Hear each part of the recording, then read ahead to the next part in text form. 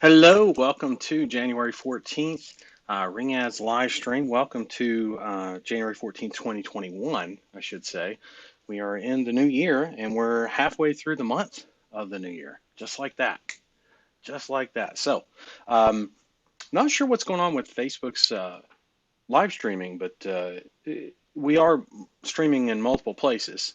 Um, so there's redundancy, if you will, including the recordings that are always updated, and I've automated a lot of those processes as well, so that they're inside the Ring Ad software. So if at any time you have any difficulty accessing a live stream, including this one or maybe past ones, I'm noticing some issues, at least on my end. Could be because Facebook's down. Could be a number of different things or reasons as to why that's happened or happening. Uh, but there are redundancies in place, like I said, where you can access those inside the Ring Ad software. So all the replays you'll be able to access, and it looks like we're still able to live stream.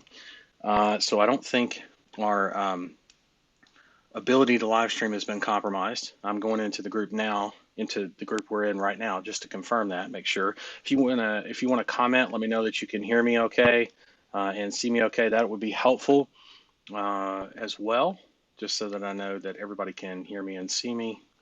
Let's see, where's the live stream at? Let me hit a refresh button here. Let's see what we got.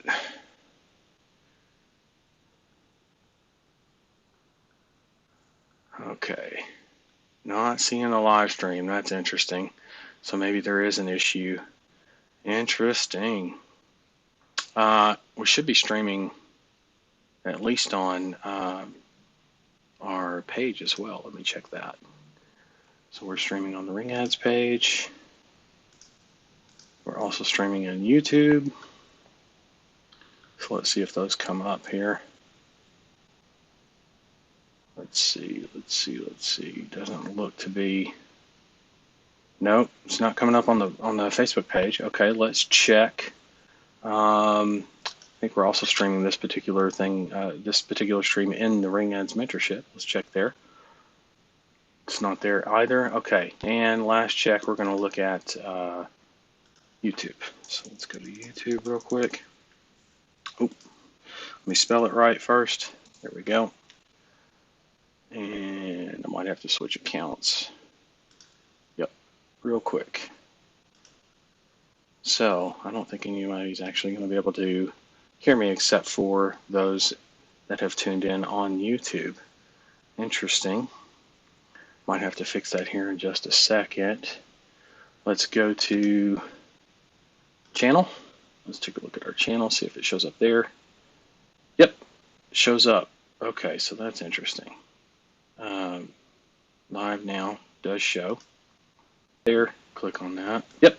All right, cool. So that is active. So what I'm going to do is I'm going to grab the YouTube live stream link, and I'm going to come into the Facebook group where some of you are probably still waiting because it's 5 minutes in. Looks like Facebook is having issues with their live streams not streaming and or showing. Good news is you can find the live stream. This is for you guys right now. You can find the live stream here on YouTube as well. There we go. All right, so I'll paste that link in, and that way you guys have access to the live stream through YouTube, because I know some of you are wanting to come in here and ask some questions. Totally understand. Want you to be able to do that. And we have backups even if that went down, we still have backups. So no issues. Just interesting that everything just started not showing up all of a sudden. Very weird. But we've got backups on backups. That's the whole reason here. All right. Man, what I'm going to do is I'm going to, let's see. All right, so that's posted. We should have people showing up there. Let me There's the live stream. Let's see if I can get the comment section going. Oh yeah, comments should show up in, oh, there's some kind of an internal error with those. Yeah, some kind of an internal error with Facebook. So crazy. But on Twitter as well is working just fine. YouTube is working just fine. I see we've got some people tuning into Ring Ads now. That's cool. Or excuse me, into the YouTube channel now. That's cool. Happy to have you. Let me know if you have any questions. Um, if you need help with anything.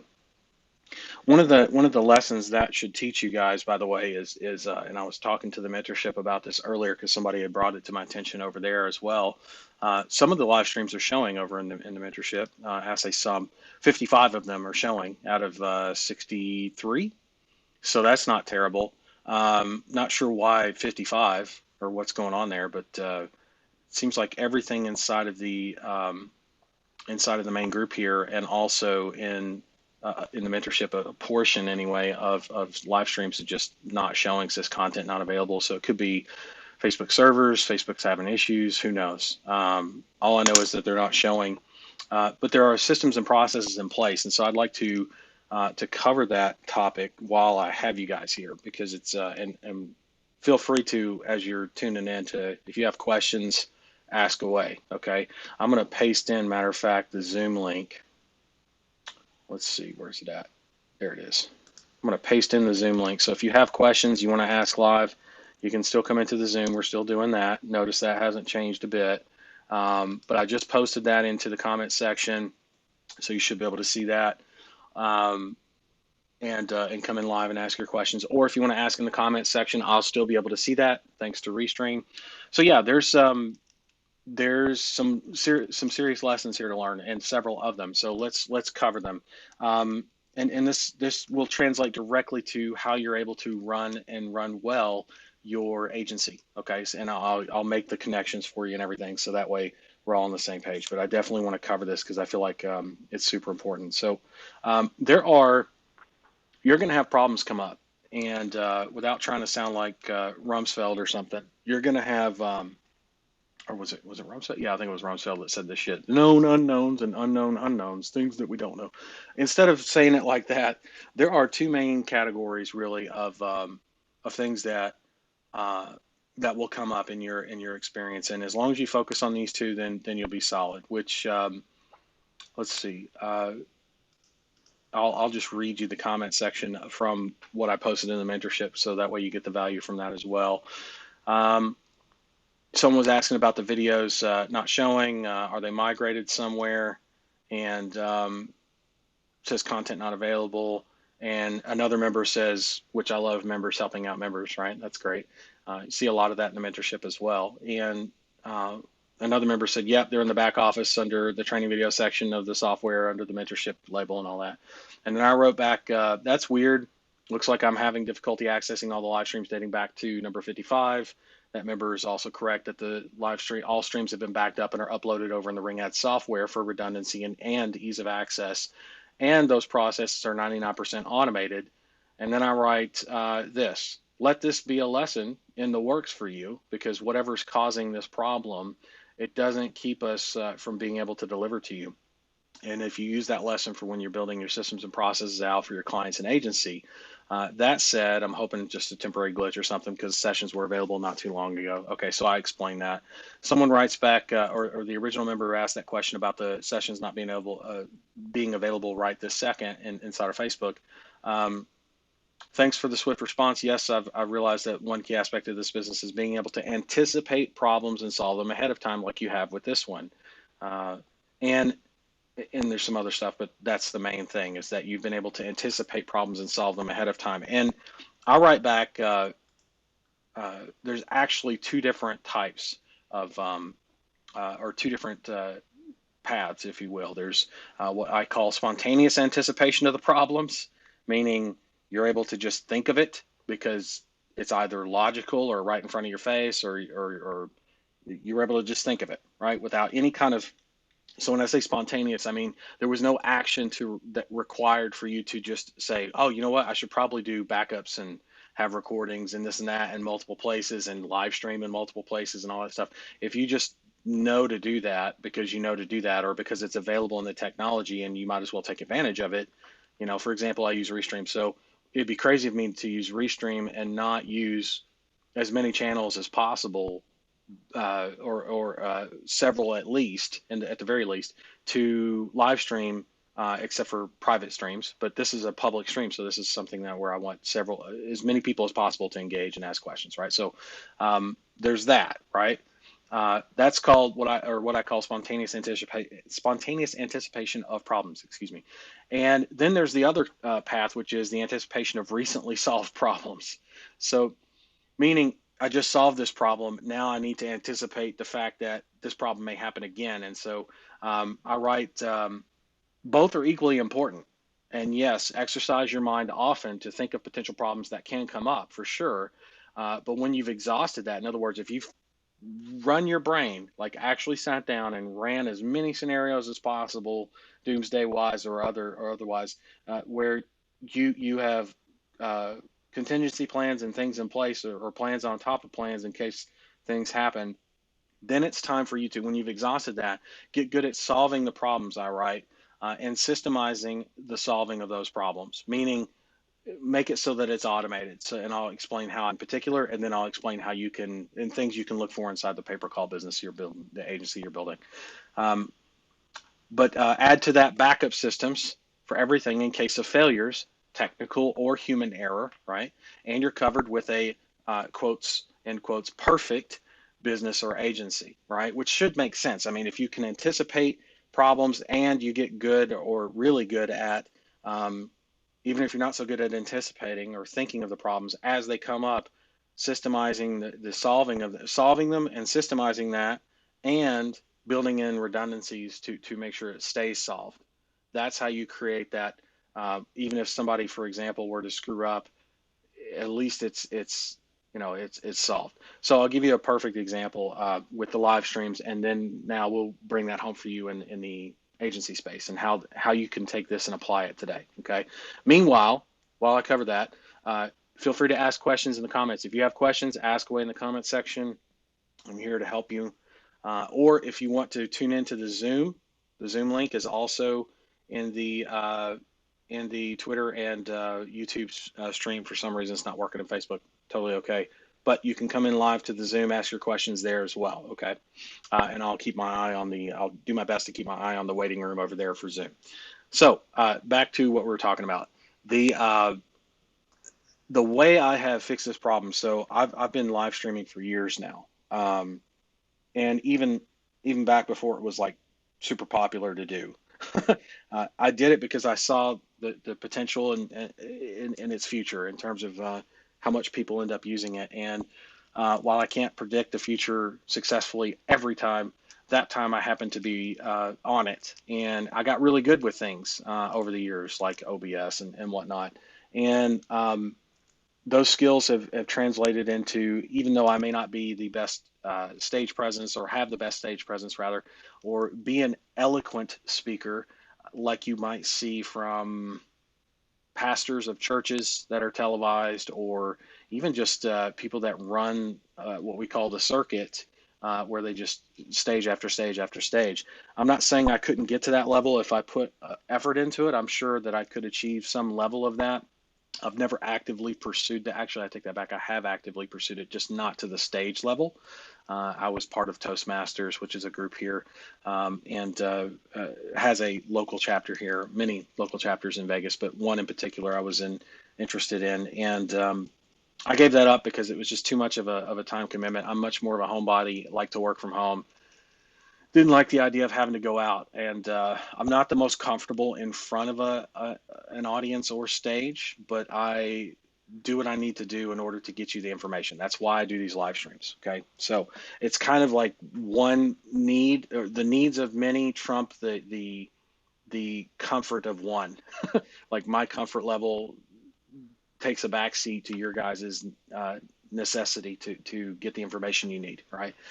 This is how I can reach so many people effectively, while at the same time not having to. But all that aside, Whether I'm comfortable or not doing this, it may seem like I'm more comfortable doing it, sure, maybe than I was day one of doing live streaming, but I'm also not, this is not my thing. I don't like doing this a lot. And you can tell one of the dead giveaways is because and now I'm actively looking at the camera, but one of the dead giveaways is because I choose to not look at the camera as often.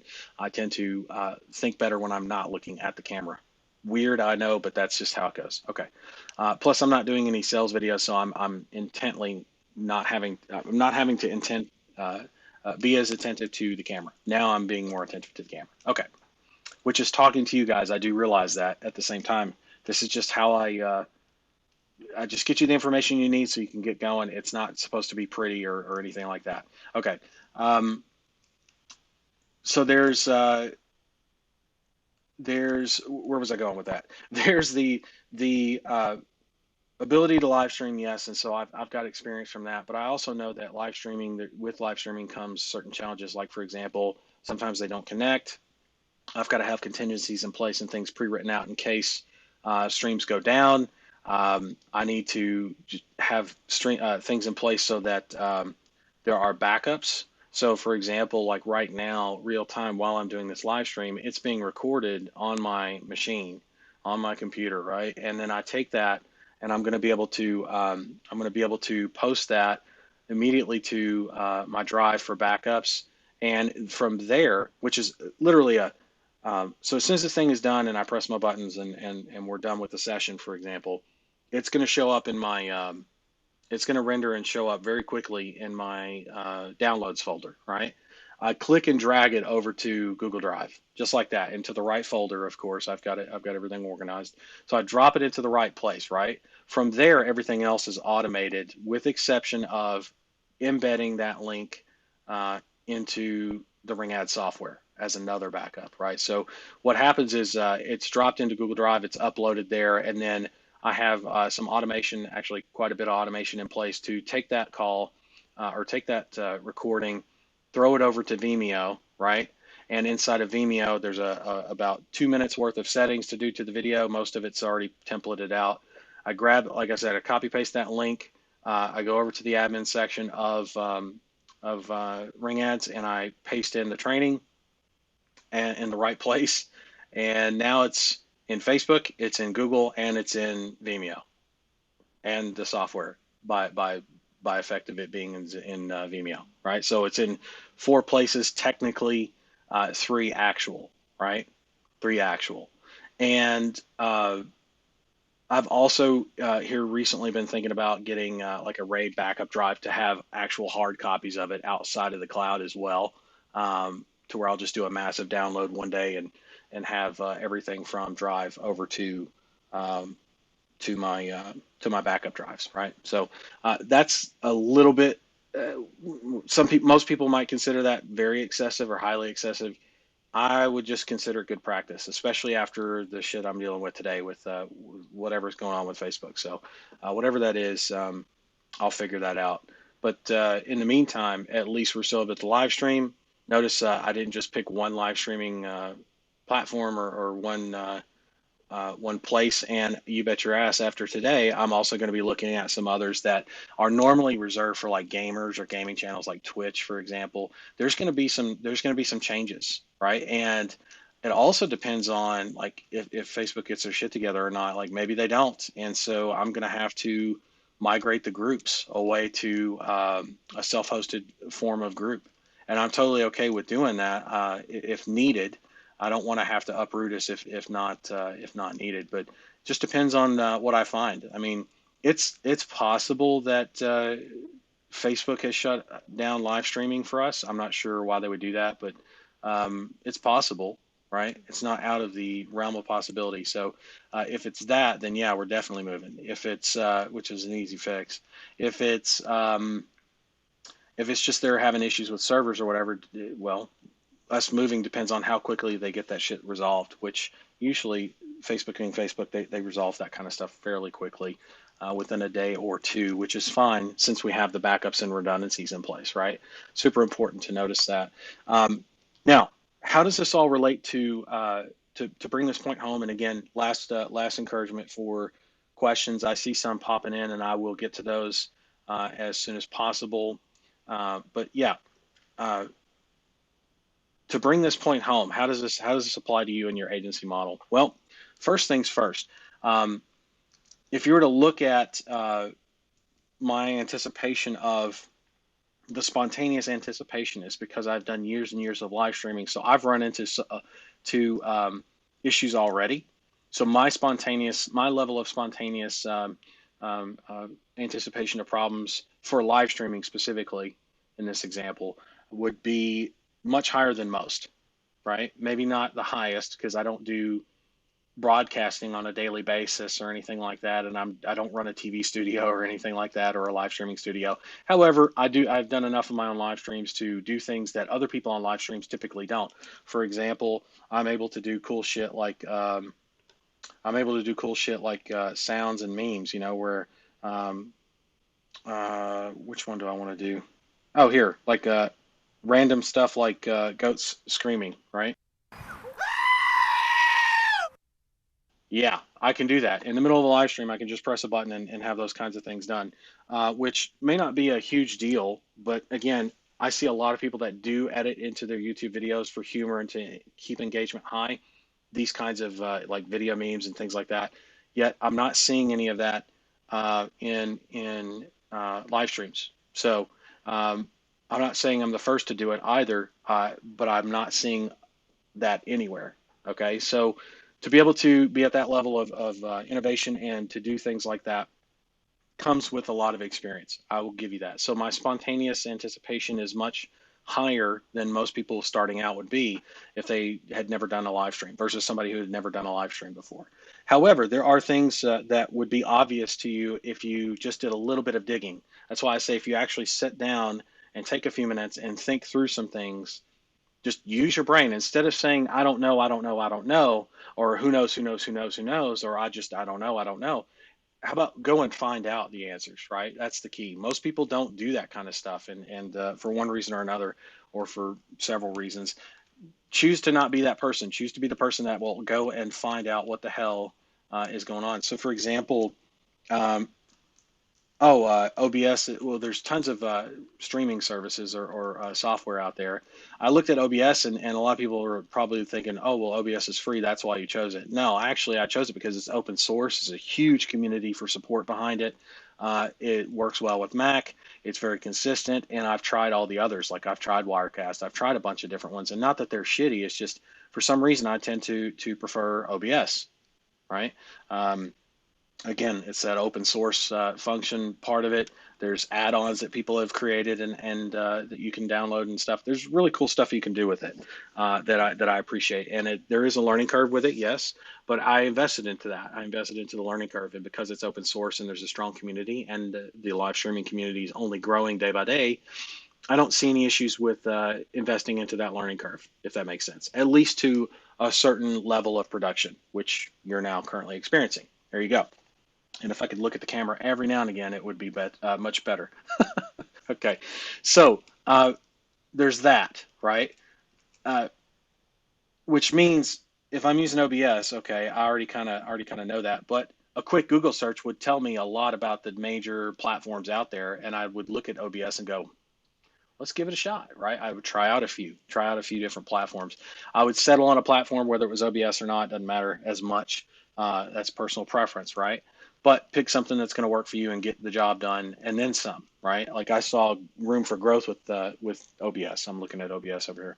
I saw room for growth with OBS and the things that I could do and upgrade to, right, later on as well, and still have things I can add in that I haven't yet, that I just haven't done yet, because it's not as high priority as the idea of just getting on to a live stream, right, and having those things in place. And you'll probably notice a difference from today's live stream versus um, the very first live stream I've ever done. In fact, I'm trying to think of the first live stream I ever done. I've done so many, I don't remember the first one I've ever done.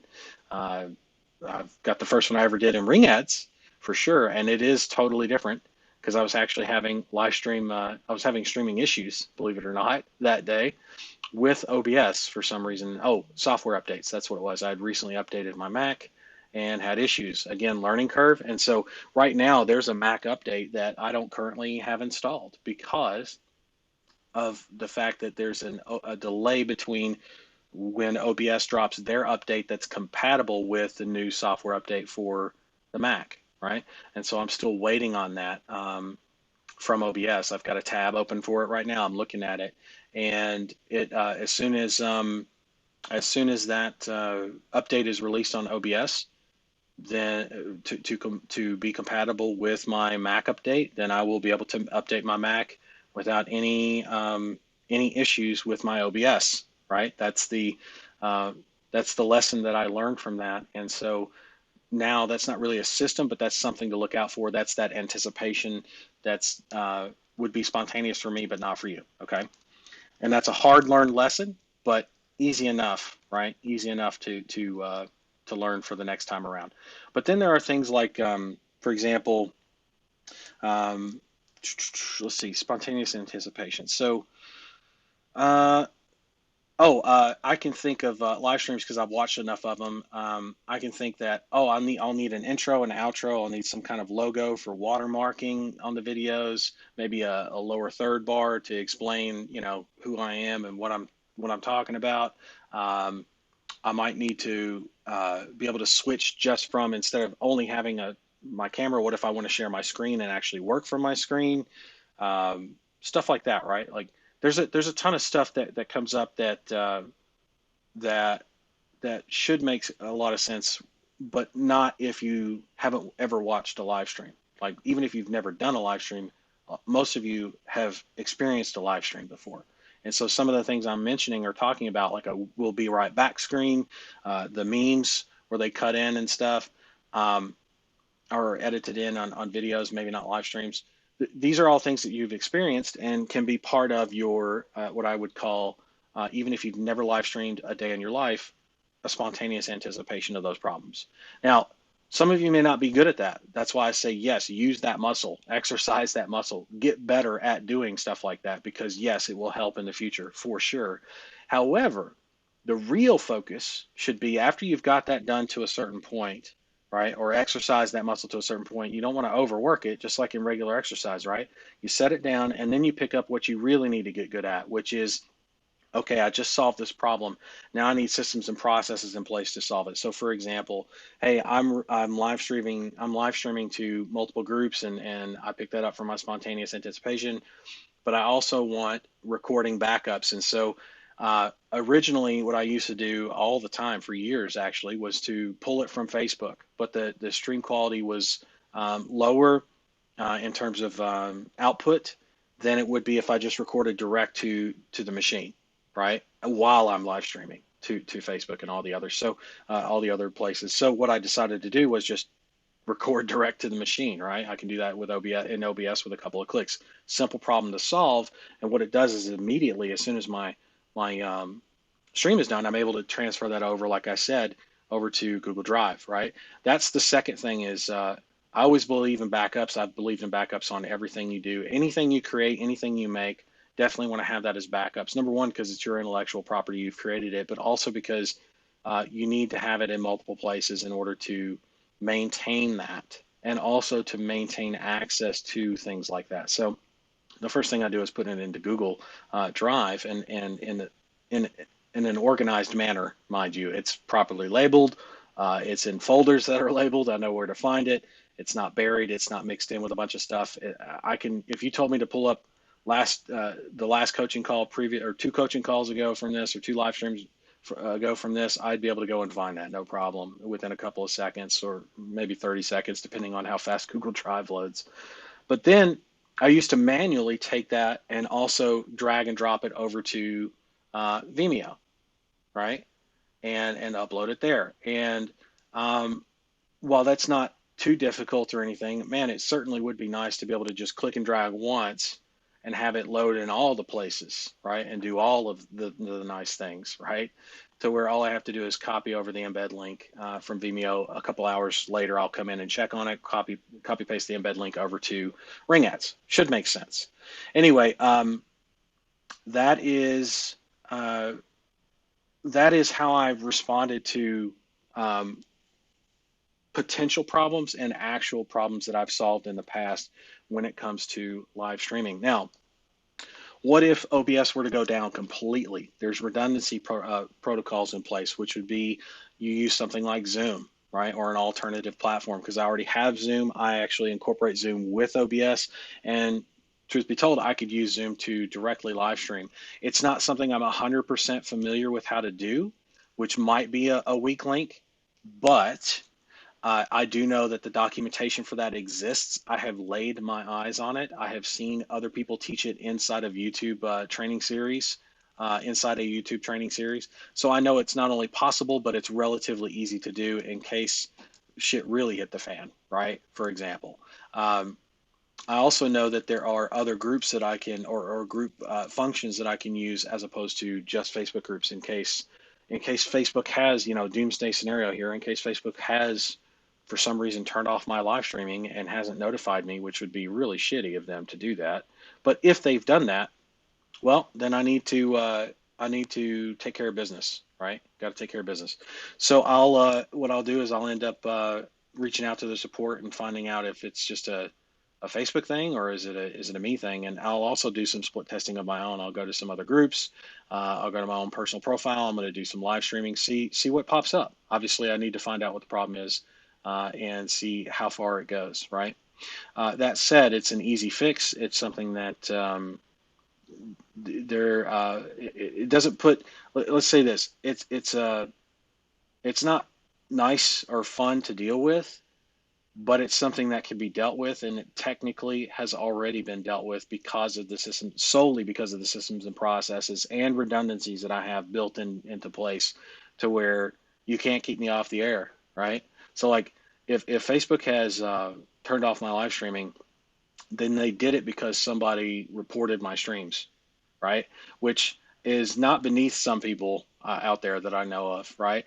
And if that's the case, hey, it's their right to do that, I guess.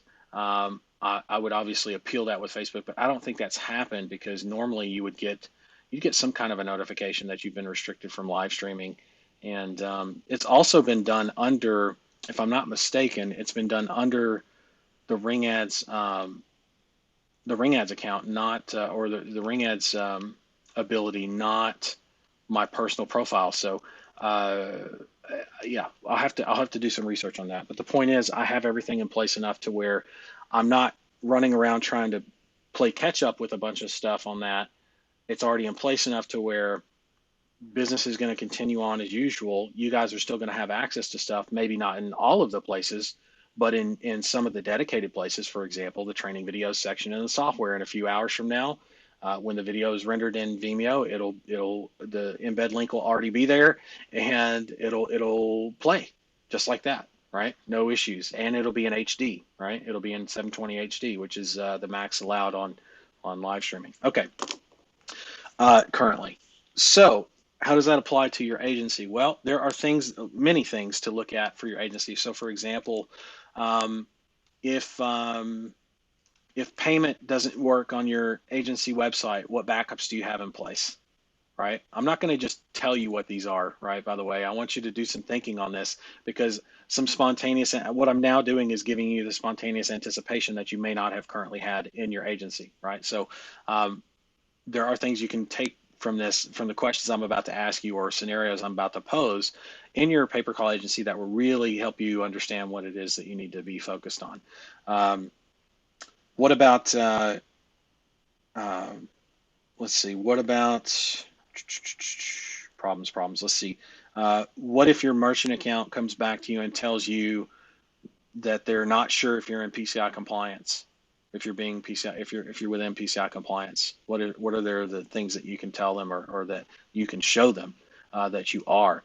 What do you have in place for backups for prospecting systems in case your email goes down or in case your ringless voicemails aren't able to be sent out from one particular place, even though we have a dedicated place for that, never had any issues, knock on wood, right?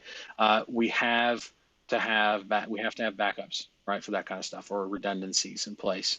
And by the way, Dollar Central does have redundancies in place for you already. So, but my point is, you need to ask that question in order to know that answer. I just gave you the answer.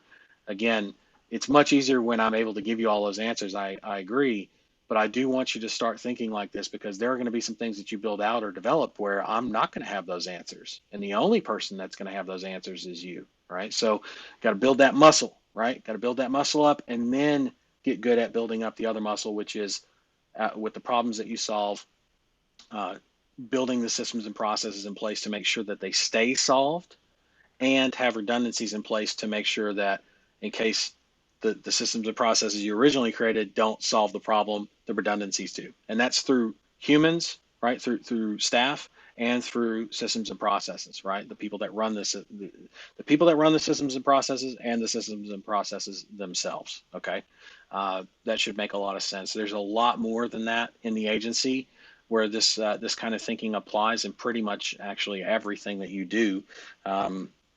What about actually, I had a guy in the mentorship who had issues with Facebook ads, right? Running Facebook ads.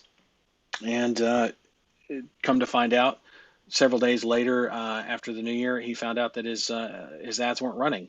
Ouch, right? Well, now, and I confirmed this with him on the training call that we had this past Monday. I was like, hey, do you have systems and processes in place now to make sure that that's checked at least on a daily basis, preferably an hourly basis, without you being the one doing it? Yes. Okay, cool. So he's got that covered, right? And if it's training that's built out for staff members, for every staff member he has that's covering that or looking at that every so often, he's definitely covered, right? And then there's the problem of, well, if you're not just with one ad platform, you're with two, maybe expand out to three and four and so on, and keep building and expanding out that way so that you have multiple ad platforms running as opposed to just being dependent upon one. Not that Facebook ads is bad, it's actually great when it's running. And God knows they've had enough problems, and that's another reason why I think maybe the live streaming is just an extension of some of the shit going on at Facebook right now. But yeah, that's something to consider, right? Something to consider. It affects not just campaign management, but onboarding and support, right? It affects client acquisition. It affects the scaling, right? What kind of training do you have in place? What kind of systems and processes do you have in place for those kinds of things? And the people that are running them, right? That's what creates, if you will, the perfect business or the perfect agency, is having systems and processes in place and staff to run them, and then redundancies for those, right? That's where I've had things go 2 or 3 levels deep where this failed, that failed, but this caught it. And it may not have been the most convenient, but at least it didn't get completely dropped. You guys follow what I'm saying? Because there's a difference between catching it at some point and never catching it. There's a difference, right? I'll tell you, at the end of the day, to your clients, for example, on the processes that govern that or take care of them, or redundancies that are in place for them, they're going to notice that and be like, man, he just does not miss a fucking beat. He doesn't miss anything. He doesn't miss that. He doesn't miss this. He misses nothing. And it's not because you're superhuman, right? It's because you use the old noggin, which is, again, 2 different ways. That's that spontaneous anticipation of the problems, right? And then when you've exhausted that and you've worked that muscle out, and that should get stronger as a muscle. It should, if you use it often enough, should get stronger. Don't just sit there and go, what can I do to make this? I don't know. I don't know. I don't know. That's what most people do, if they do that at all. Use Google, start searching shit, look for solutions, look for it like I do. If you don't know how to do that, maybe I should teach you guys how to do that. And I'm not being a smartass. Maybe you need that. I'm open to teaching you that. It's not exactly pay per call related, but there are some scenarios that I just gave you, many actually that I gave you, that I could do that. Even though I know a lot of the solutions, I could walk you through logically what that would look like, or walk someone else through it, uh, while knowing the answers the entire time. That'd be kind of cool to do something like that. Let me know if you think that would be cool in the comments, and I'll incorporate that if there's enough interest. Um, what else? What else? What else?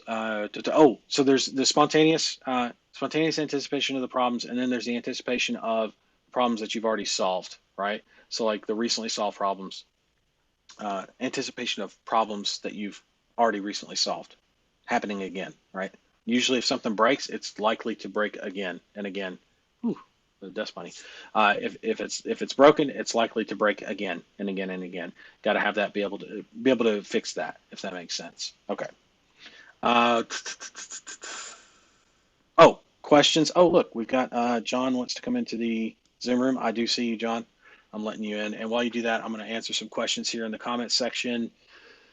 Oh, let's see. Mohammed is here. Good to see you, bud. Good to see you here live after a couple weeks. Yep, always, as always. Um, Julian says, I'm still working just one vertical. My question is, do I sell the call whisper to the generic? Do I sell the call whisper to the generic call platform? Set the call whisper to the generic call platform. John, go ahead and mute the Facebook feed for me, will you? And I'm going to mute you while in the Zoom while you're doing that. I'm still working just one vertical. My question is, do I set the call whisper to the generic call platform name or the vertical name? Example, you have a new live customer call from XYZ call platform.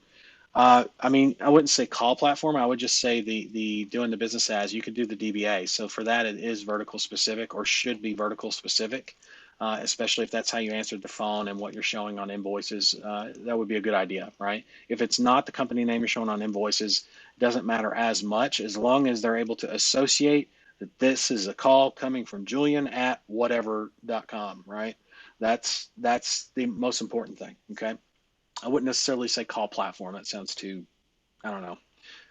I wouldn't say that. Um, or you're right. You're right. You have a new customer call from XYZ vertical calls. Press 5 to connect now, so I can set the call whisper to any and multiple verticals. No, I wouldn't do that. Make individual recordings, and it's going to be an individual campaign. You're not going to have to tell them to press anything. It's just going to connect live, right? Matter of fact, Dale's got something where he was talking about, what was it? It was connecting you live now. Another great call. Another call coming in from HVAC professionals, or HVAC direct calls rather. Um, we're going to connect you live now. Say hello.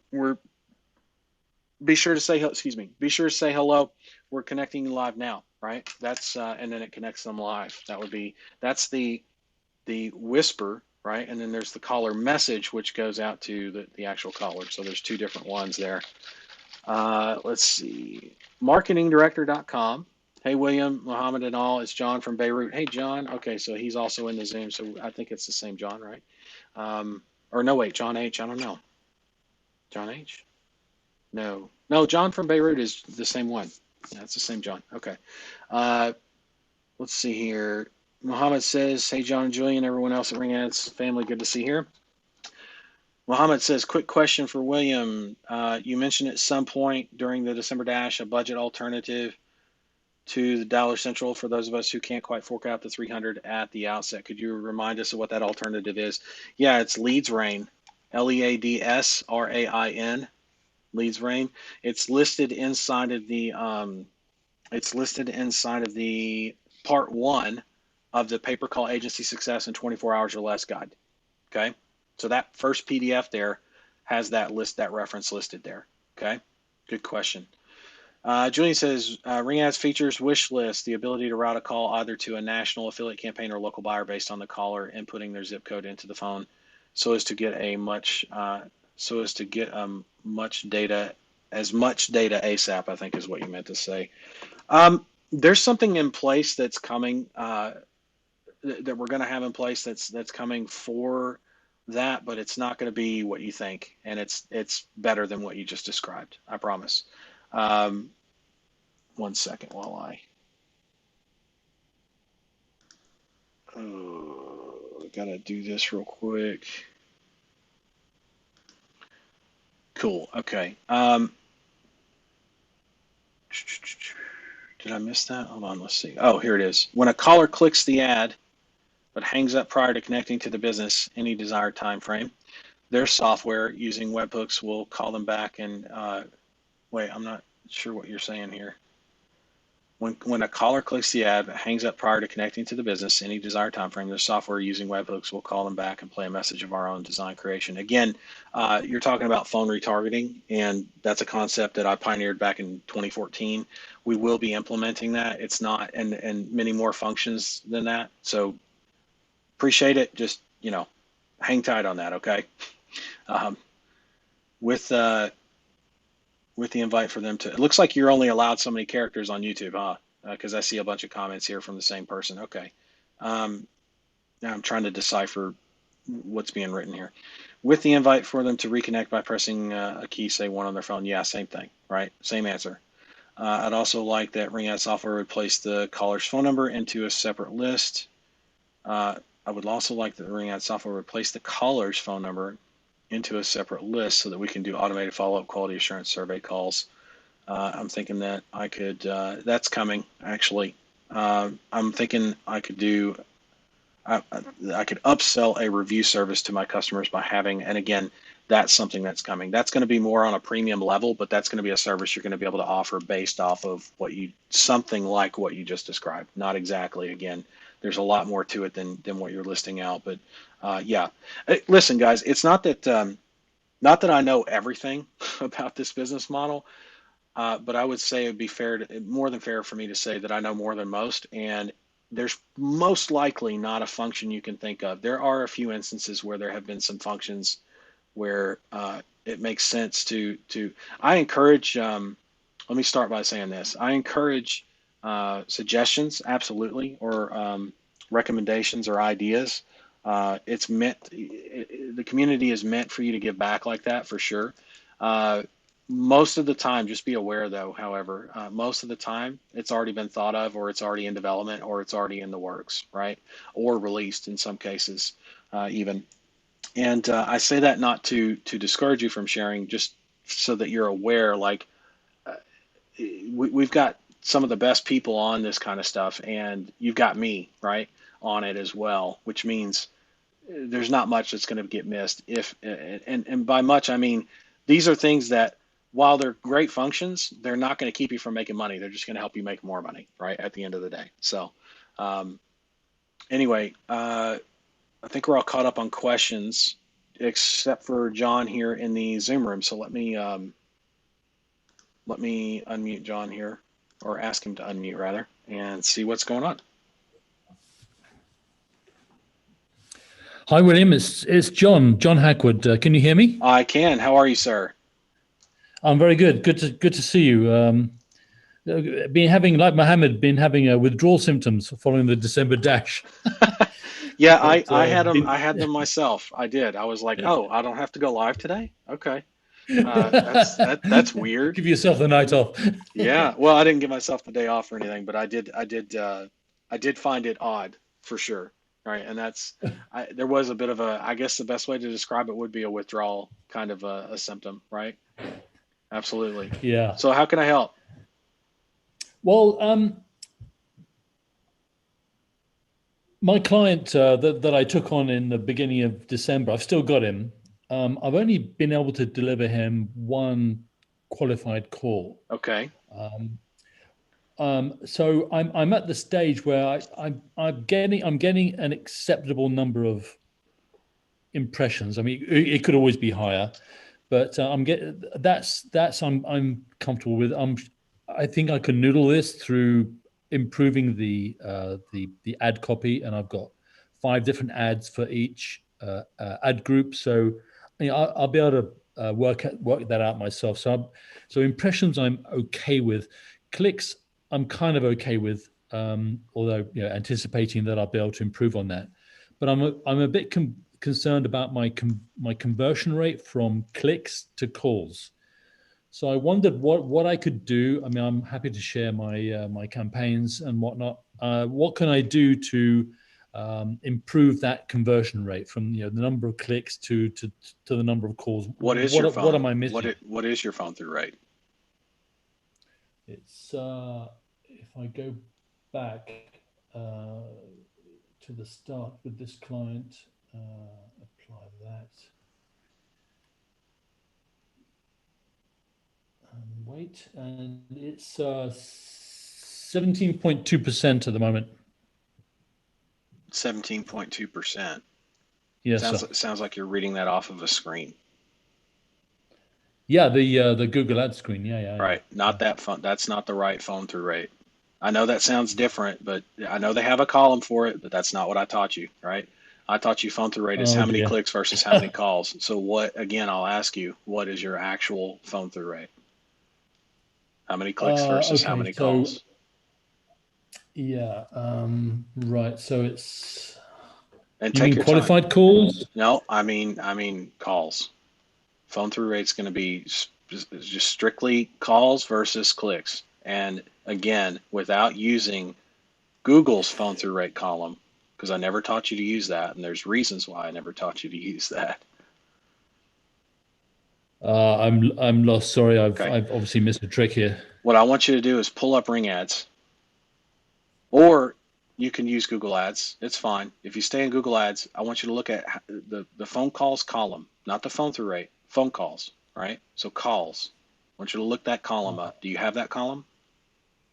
Uh, to my eternal shame, I don't know. Let me put that up. Okay. Where are we? You got to, it's going to be at the campaign level, by the way. So you're going to go back to all campaigns and you're going to modify columns. Okay. And you're going to look for call details, Okay, I'm in campaigns, all campaigns, yes. And I'm modify going to go to the columns. columns. Yep. Modify Modify columns. column. Yeah. You're going to look for, I believe it's attributes. Or wait, no, that's for keyword. Um, you should be able to see something that says like call details, if I'm not mistaken. I've got call, yeah, call details. And then select Yeah. that and you'll see something that says calls, like Phone call, actual phone calls, right? And then phone calls. make sure that's selected and then hit apply and that column will show up. Should I save my column You can if you set can if you column want. set? You can if you want. That's something you can do later. I'm not really concerned with Okay. teaching you that right now. Okay. I just want the phone All through right. All rate. right. Okay. Oh dear, oh dear. So Like you can save a bunch of okay, the number templates, of right? calls. Yeah. The Number number of of calls calls, I've got is 10 10. since the And beginning of it doesn't matter. since What I need to mid know, because December. it's based off the same data set, right? Because you just now said 10 calls. How many clicks for that? In the same row should tell you how many clicks, how many clicks. Oh, got it. It should do. Yeah. Interactions. 29 clicks. Not interactions, I want clicks. Uh, I don't know where else I can see the clicks. Sorry, I'm looking at the interactions column and it's got 29 clicks at the bottom. Am I making a mistake here? I can't see what you're seeing. If you want to share your screen, you're more than welcome to, but you should have a clicks column, just straight up clicks, not interactions. Okay. Let me Unless you're make. saying it says clicks and then in parentheses under it says interactions. Is that what you're saying? I don't know what I'm saying, to be Okay, honest. that's fine. Can I show you my Let's do a share. screen? Yeah, Can I show you my. let's do a share screen. I'm pulling up the calculator Okay. now so that we can get to the bottom of this, but Sorry. that's okay. Don't be sorry. Screen. It's Here what we these calls go. are here for, dude. Screen share. It's the first time I've done this, so. That's okay. You're doing all right so far. I mean, we're getting to the bottom of, see what I'm saying? We're getting to the bottom of what it is that you need and what you don't and all that kind of stuff. Yeah, do you see Yeah. where, okay, interactions, yeah. For some reason, it's called interactions. That's so weird. Huh. How about that? All right, how many clicks? 29 here. Okay, so what's your phone through rate? Uh, 10 over 29, about, I know, 35%, Right, and so what did you say Google said your phone through rate was? 17.24%. So which one is right? Oh, you are obviously William. No, I mean, listen, and it's not about I've right or missed this. wrong. It's not. Let me rephrase. It's not about right or wrong, and I don't need you to say, "Oh, you're right." What I want you to do is look at the difference in data and say, "Okay, well, Google is saying it's this way, and Yeah, William is calculating it this way."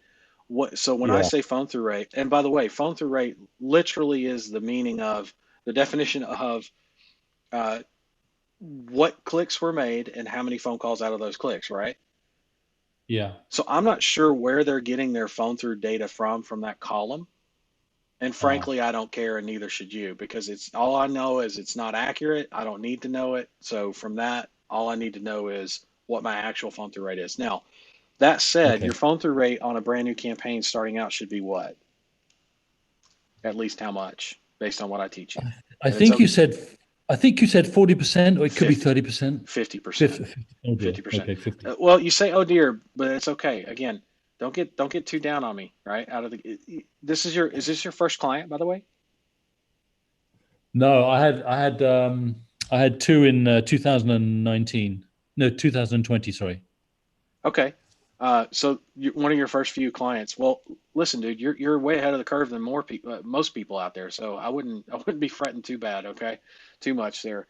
Okay, so what I'm seeing here, I mean, that's low. It's not ideal. Let's start with some basic questions and kind of go from there. When you created this campaign, where did you pull your campaign data in from? Like, did you create it manually? Did you create it yourself? Did you use my keywords? What did you do?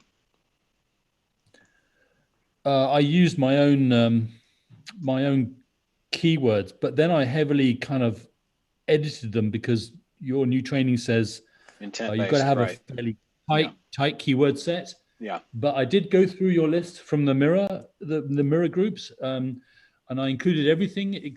Well, I considered everything except the tree transplantation set, which this client doesn't do.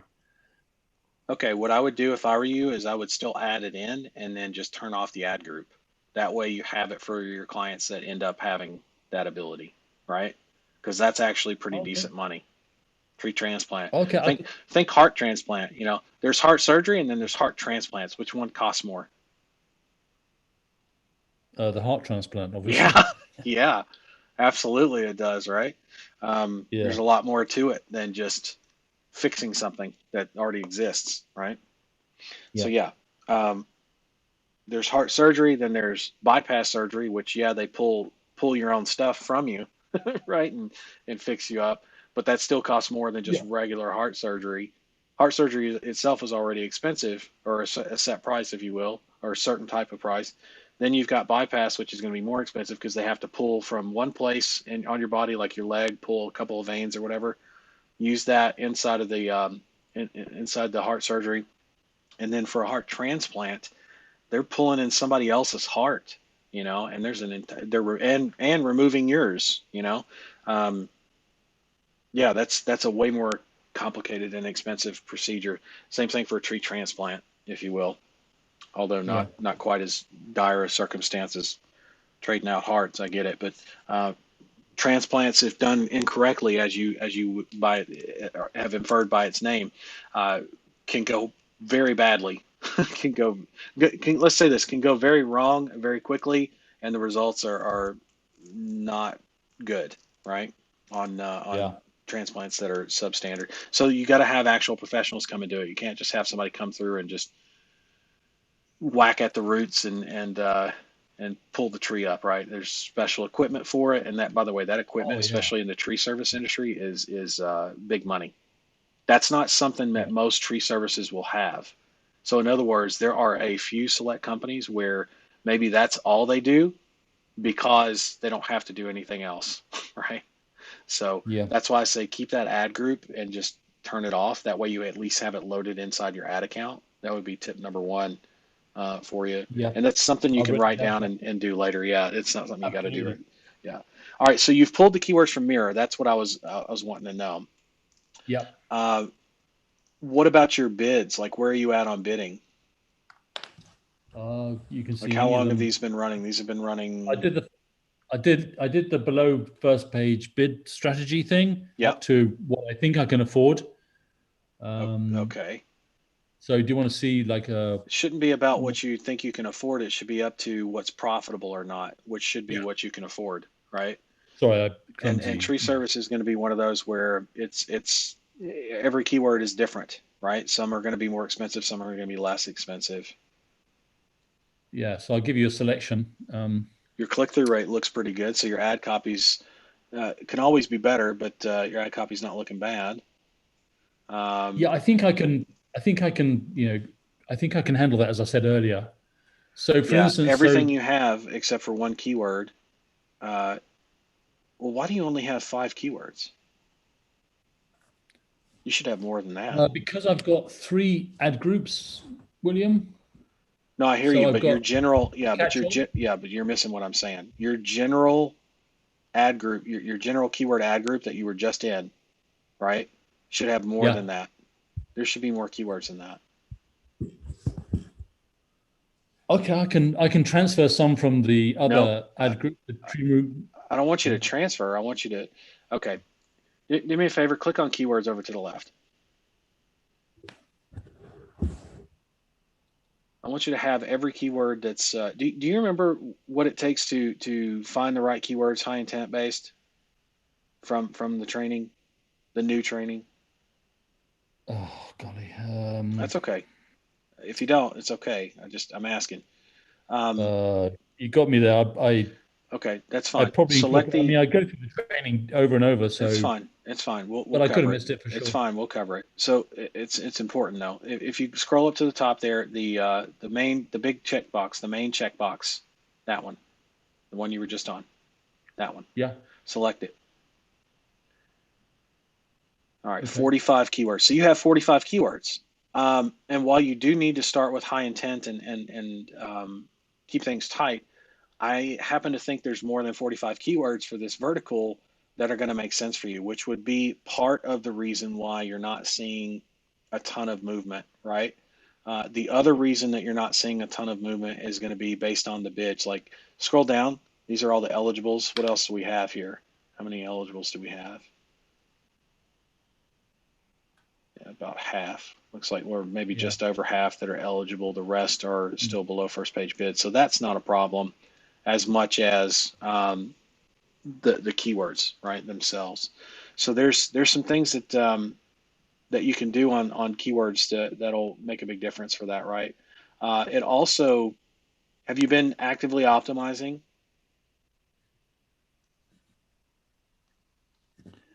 Hello? Um, only adjusting the bids right now. Okay, so you haven't done any optimization with negative keywords or anything like that. Oh yeah, I got a ton of negative keywords. Yeah. Okay, that's possibly the problem. Let's take a look at your negatives. Nope, left hand side, left hand side. Oh. Okay. There you go. I want to see it just for this campaign.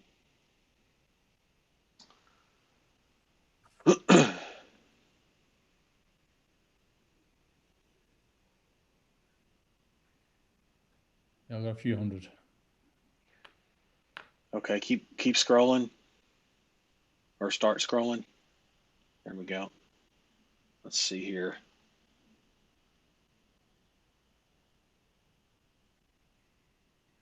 These are all brands Okay, in Orange yeah, I County. got it. I got it. Okay, stop.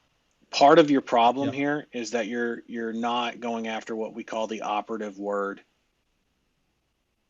in a negative. So let me give you an example.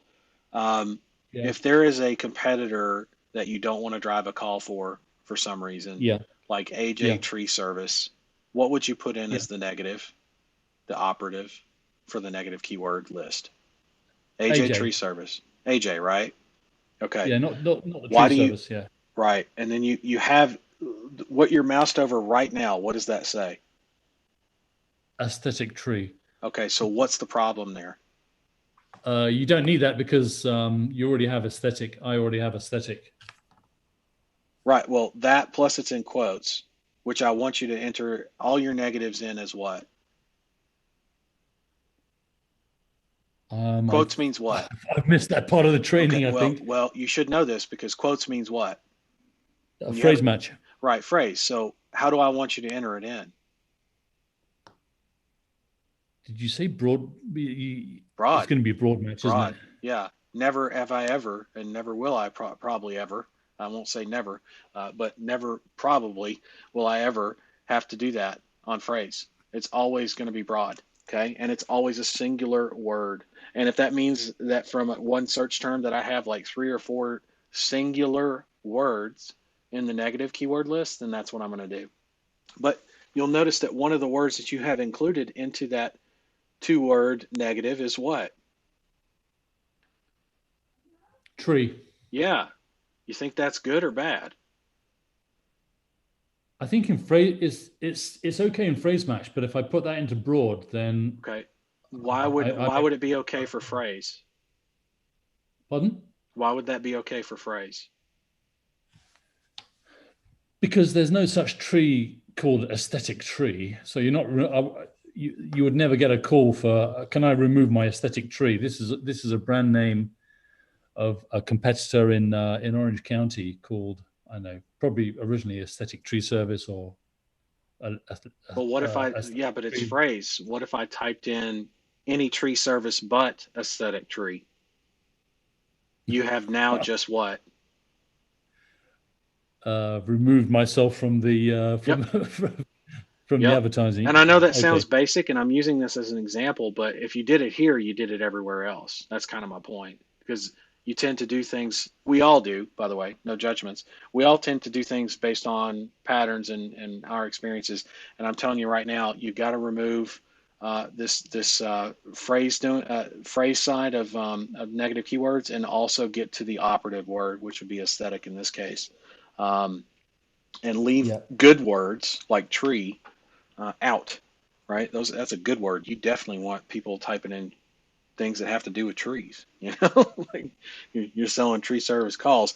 Now, I don't think this keyword in particular is costing you, but if I can give you an example of how that would cost you, right? And by the Yeah. way, if you think that people don't search off of I want a tire service, but not this company, you're crazy.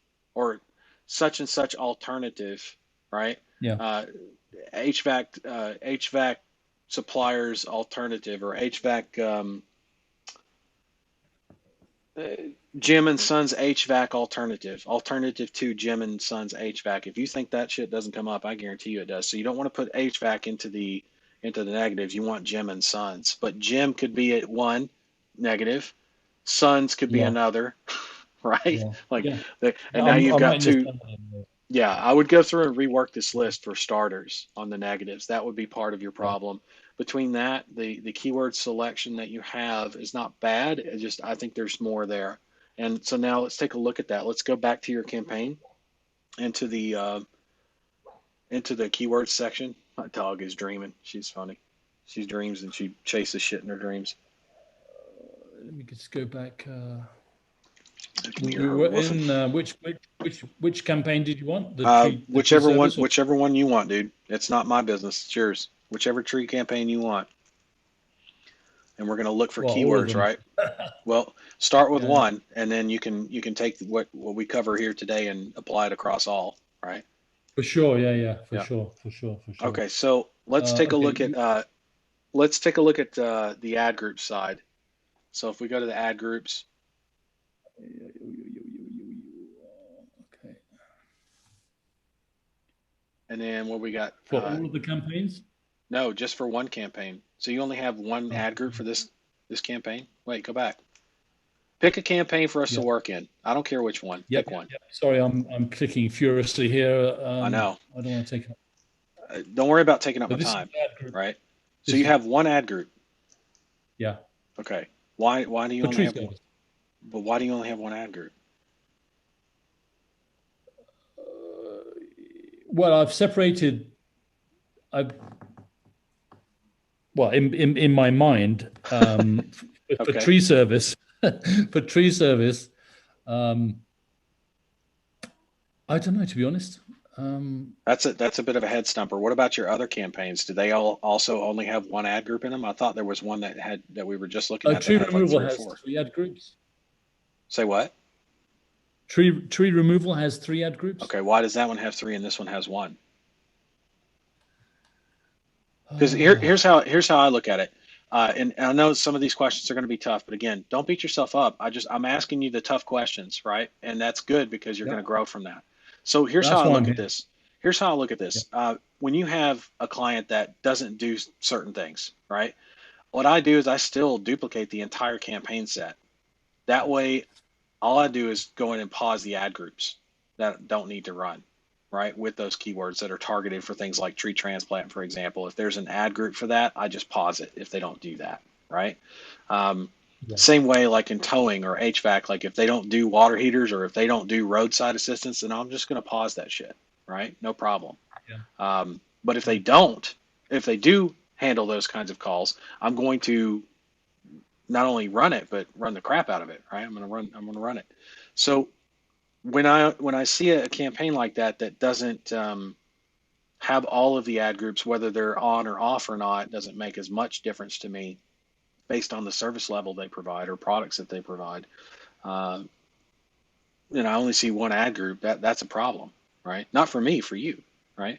Um, Mm. but it is a red flag to me that, oh shit, maybe there's some things that are off about how things are set, right? Um, Yeah. okay, so what campaign are we in now? Are we in a different campaign or is this the same We're in one? tree service now. Okay, and which ad group? Or can you go back to the campaign so I can see the ad groups? Not all campaigns, just the one, the breadcrumb over that one, the one you're moused under. This That one? one, that one's fine. Yeah, that's the campaign itself, which should show us the ad groups when it loads. It doesn't. There it goes. But yeah, select ad groups for me. Okay, so you still only have that one ad group, and then Yeah. how many keywords in that ad group? Let me just check for you. And I see a keyword there with a phrase as well, which is not something Yeah, I've taught you to guilty. do. Guilty. No, 16, you're right. 16 keywords. This is why this campaign's not doing so well. That plus the negative Okay. stuff that I pointed out, those are going to be like super impactful, right? High impact, which is not what you want. You want those to be more in alignment with what I'm teaching you. So here's how we're going to fix this. Tree Mm. service is this for this campaign. They offer tree service, but do they do anything else?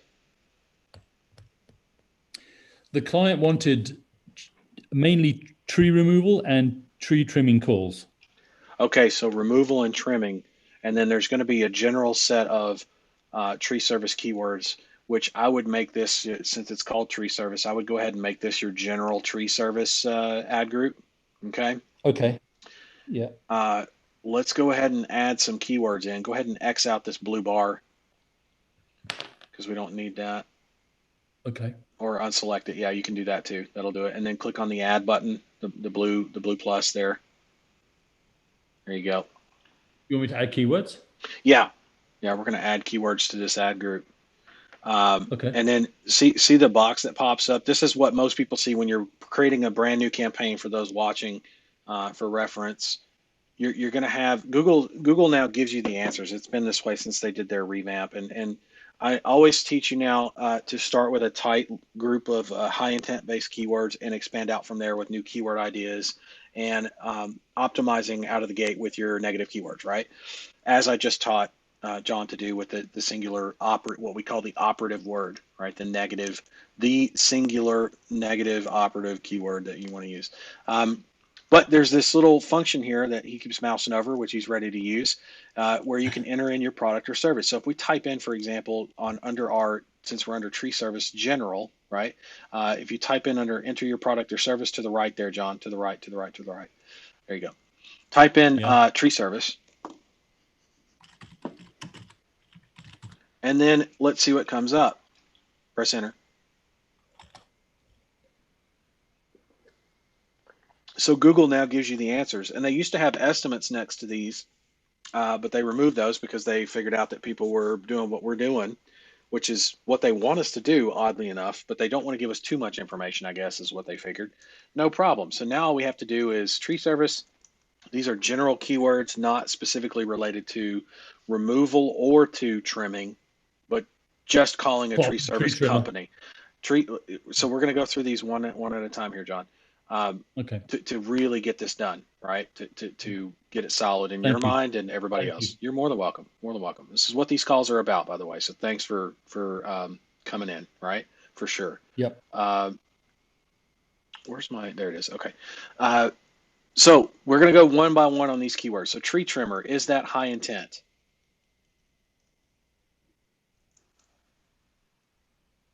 Is it high I'm asking. intent? Yeah. Is it high Um, purchase? Let me rephrase. Would somebody that types that in, are they likely to call up a tree service company? That's what our goal is, right? Is to get somebody to call a tree service company, which is our client. If someone types in tree trimmer, are they likely to call our client, or highly likely to call our client based on that? I'm mixed on tree trimmer because it also means, like pole saw, pruning saw. Right. So Um, what we're looking trim- for is, are we looking for okay intent, subpar intent, or the absolute highest intent? we are looking for the absolute highest intent. That's what we call our core set of keywords, and that's exactly what we're starting out with. So those of you that are building a brand new campaign from scratch, this is exactly the questions you ask yourself on each and every keyword, and you get to where you get really good with it. So for example, tree company.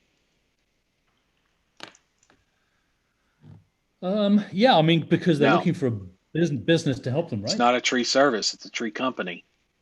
Could be somebody buying a brand new tree, right? Wouldn't they put in nursery for that though? In, Maybe. in the The States? uneducated people won't, right? Tree nursery, wouldn't they put in tree nursery? No? Again, uneducated people will put in what? Tree I company. shudder to think. I don't know. Tree company, John. Tree company. I know it's hard to think like a dumbass when you're smart. I get it. No, I can do it quite So, easily, according to my wife. no, well, take that with a grain of salt. Love your wife and everything. I get it, but take that with a grain of salt. You're a good guy. You're smart.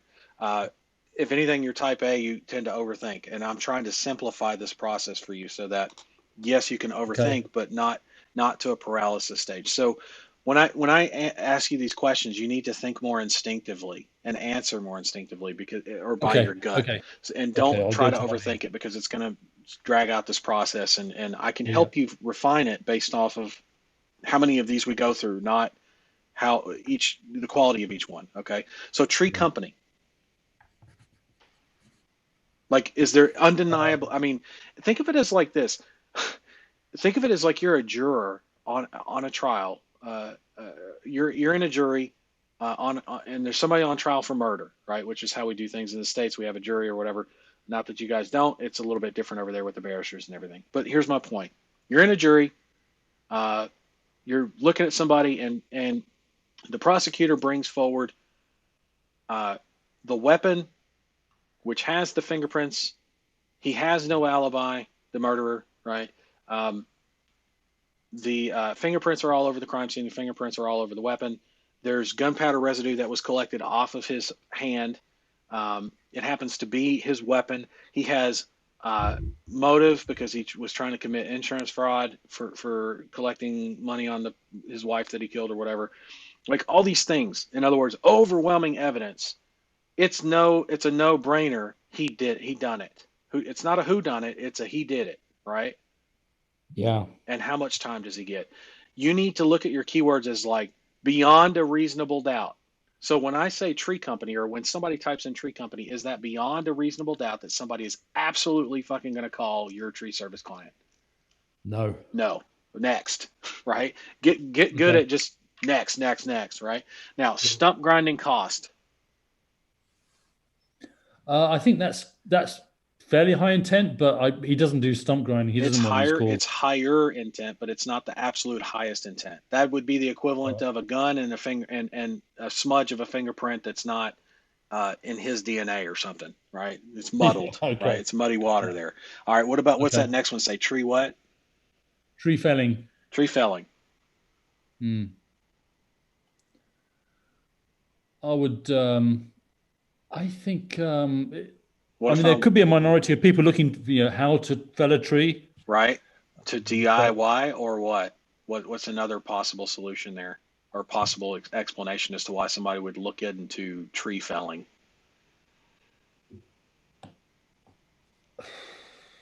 logging. I don't know. Think of it this Don't know. way: if you have no job, why would you type in tree felling?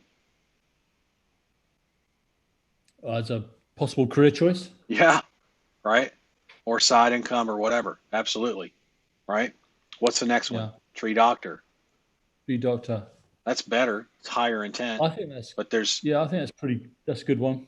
right, but it's not the highest. It's not the absolute highest. This is something I would put into like a keyword ideas section later. So it's something I would write down for later. You should have a notepad out when you do this, by the way, this exercise. It's very helpful. What's the Yeah. next one? Tree stumps, good or bad? Based on intent. Bad. Not good. Keep going. It's not good. Not brilliant. No, no, no, no. Oh, Scroll okay. down. Yeah. And then what does it say?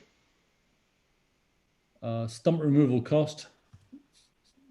It's not relevant.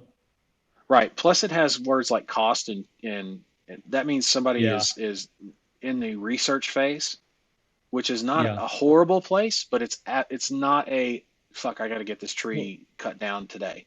You know what I mean? Like there's a difference, right? yeah. Okay. Yeah. Shrub removal. I can read that one. Shrub removal. Um, I mean, I think that's fairly good, but it's What if it's not relevant DIY? because Right. What if it's DIY? Right. yeah, it's It's kind not of an specific average. enough. Are you starting to Get a get the five out of are you 10. starting to get the temperature of now we're going to find a couple of good ones in here, I promise. But the point is you got to go through this process. How many times do you have to do this, by the way? For one vertical. For this vertical in tree service, how many times are you going to have to do this? Every time? John? Well, definitely for each Nope. campaign of each ad Nope. group, right? For each No, ad group, yeah, but how many times are you gonna have to do this for each and every client? not necessarily, No, but the answer I is think absolutely not. The answer is right. no. Because if you do it once for all of your ad groups, all at the same time, once is all you'll ever have to do it for. And then you just turn on the ad groups that apply and you turn on or pause the ones that don't. You follow? Yeah. Okay. So do it once, do it right, as my daddy always used to say. Um, Okay. and he really did used to say that. The Yeah. what's the next one? Tree stump grinder. Yeah, I think that's fairly good. No, that's absolute shit. I'm looking for an actual machine, most likely. No, I'm not looking for a person that's considered a tree stump grinder. Oh, It's not like I say, you want to "Hi, my name hire is a William. I'm a tree stump grinder." No, that's not how people talk about themselves, and it certainly is about the equipment. And by the way, market research helps you understand a lot of those kinds of things about the types of equipment, the brand names of that equipment, how much that equipment costs. Um, it does not cost as much to jump into the tree service business as most people might think. Um, so tree stump grinder, no good. What's the next one? Tree repair, is that what that says? tree repair. And I think that's fairly good. If you're an okay, arborist, you're if you not can do okay. cabling and Let's bracing, keep going. Let's keep going. That's going to be a keyword idea to come back to. But keep going. mm, You'll find some good ones here. Tree and stump removal. I think that's fairly good. Tree and stump removal explains what somebody is searching for, but does it have the highest intent? No, it still has that Right. element of That's the absolute question I want you to how always ask to. yourself for every keyword you ever come across. Does it have the absolute highest intent? At Mm, least initially, right? At least when you're creating a campaign. Keyword ideas, you can be like, oh, that's got some, room to run. If you so let me explain why this matters. By the way, this might help. So all these kind of good keywords or even solid keywords will run. How do you think they'll run? Let me ask. How do you think they'll run? Very well or very poorly with a brand new campaign out of the gate? How do you think if they're they're going to not run? high intent, they're going to run Like in a shit. very average way. No, not Yeah. even the below average, way below average. And why is that? Because you don't have a good list of negatives built up for brands of grinding machines, right?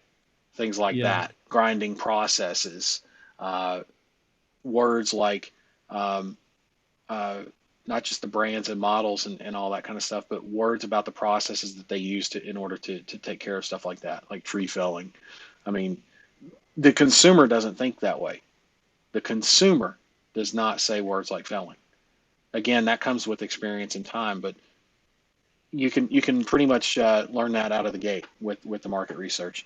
The point is, I look at those and I go, okay, those are keywords to try later, sure, some of them, right? But they're not words Yeah. to start with in a campaign, Mm. right? Mm. Because I can build out my negatives. Stuff's still going to slip through, and I can build out my negatives to where by the time I do try those new keyword ideas, guess what I've got in place? A lot of the stuff that I don't want to show for is already kind of up in place, which makes those seemingly, initially at least, unprofitable keywords all of a sudden profitable because I'm not running all the crap, right? Because Yeah. I've run through a few filters, right? So we're still looking for at least our first good keyword here, if you haven't noticed, in terms of highest intent. So Yeah, we are. what's Yeah. the next one? Yeah. Tree cutting companies. How's that one?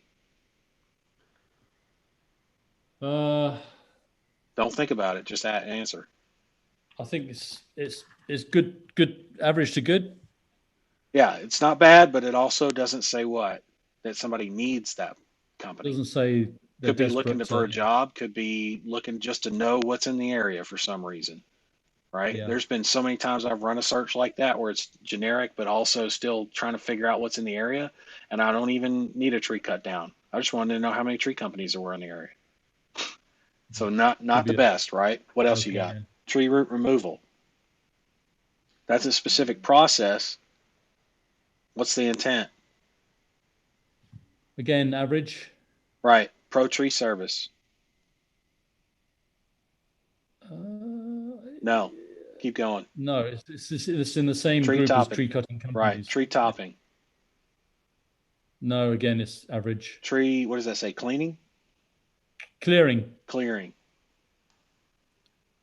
I mean, I think it's a bit better than tree topping, Keep but going. Keep going. okay, boss. All right, tree grinder. Okay. What else you got? No tree grinder. That's not good. Shrub what? Trimming. Shrub trimming. Okay, what's the next one? Affordable tree care. What else you Yeah. got? Tree topping. Brush clearing. Brush clearing. Shrub removal cost. Keep going. Uh, Tree moving service. What about that one? That's pretty good because they're looking for a particular. Unless They're they're looking looking for for help in a what? particular area. Unless they're looking for what? Unless they're looking A for job. yes. Or to get into or to go into business and into that business maybe, right? So Yeah. no, not quite there yet. It's up Not quite there, there but yet. that's a new keyword idea, right? That's not something you start with. So hit see Okay. more. So I'm writing these down. So service. Yeah. Okay. You also want to pay attention to words that you see often, like topping, clearing. Those are Mm, keywords that you can play around with for new keyword ideas later. But again, those are things again that you write down on the notepad, not what we're looking for. So let's yeah. see, what do we got? Tree felling. We're back to the beginning, William. Okay, scroll back down to where we were, Uh, which was what shrub does that say? pulling. Shrub pulling. What does that say above that? Something? ANA tree service, American tree service. Sorry. Tree Oh, wait, trimmers wait, in wait. my Tree area. trimmers in my area. Good or bad? Yeah, I think that's pretty good because they're looking for I think that's something. about as good as you're going to get, Yeah. right? Well, So notice how I would it's a tree add that into trimmer. my tree trimming ad group. Sorry What? to interrupt, William. Yeah, it's I tree would trimmer. I add that get that. into my tree Yeah, trimming you ad wouldn't group, put it not into this the one. general. You wouldn't put it into the general because it has to do with trimming. Exactly. It would go, but this is again why you have the notepad. It's like, okay, here's my trimming list, at least to be able to come back to it so that when you run, see, we're running it right now for the general ad group, right? Then you're going to come Yeah. back and do the same process for trimming and use Okay, instead of perfect. Yeah. tree service trimming and do the same thing, right? Then you're Yeah. going to come back and do the same thing for shrubs or for transplants and all that kind of shit, all the different ad groups that you have.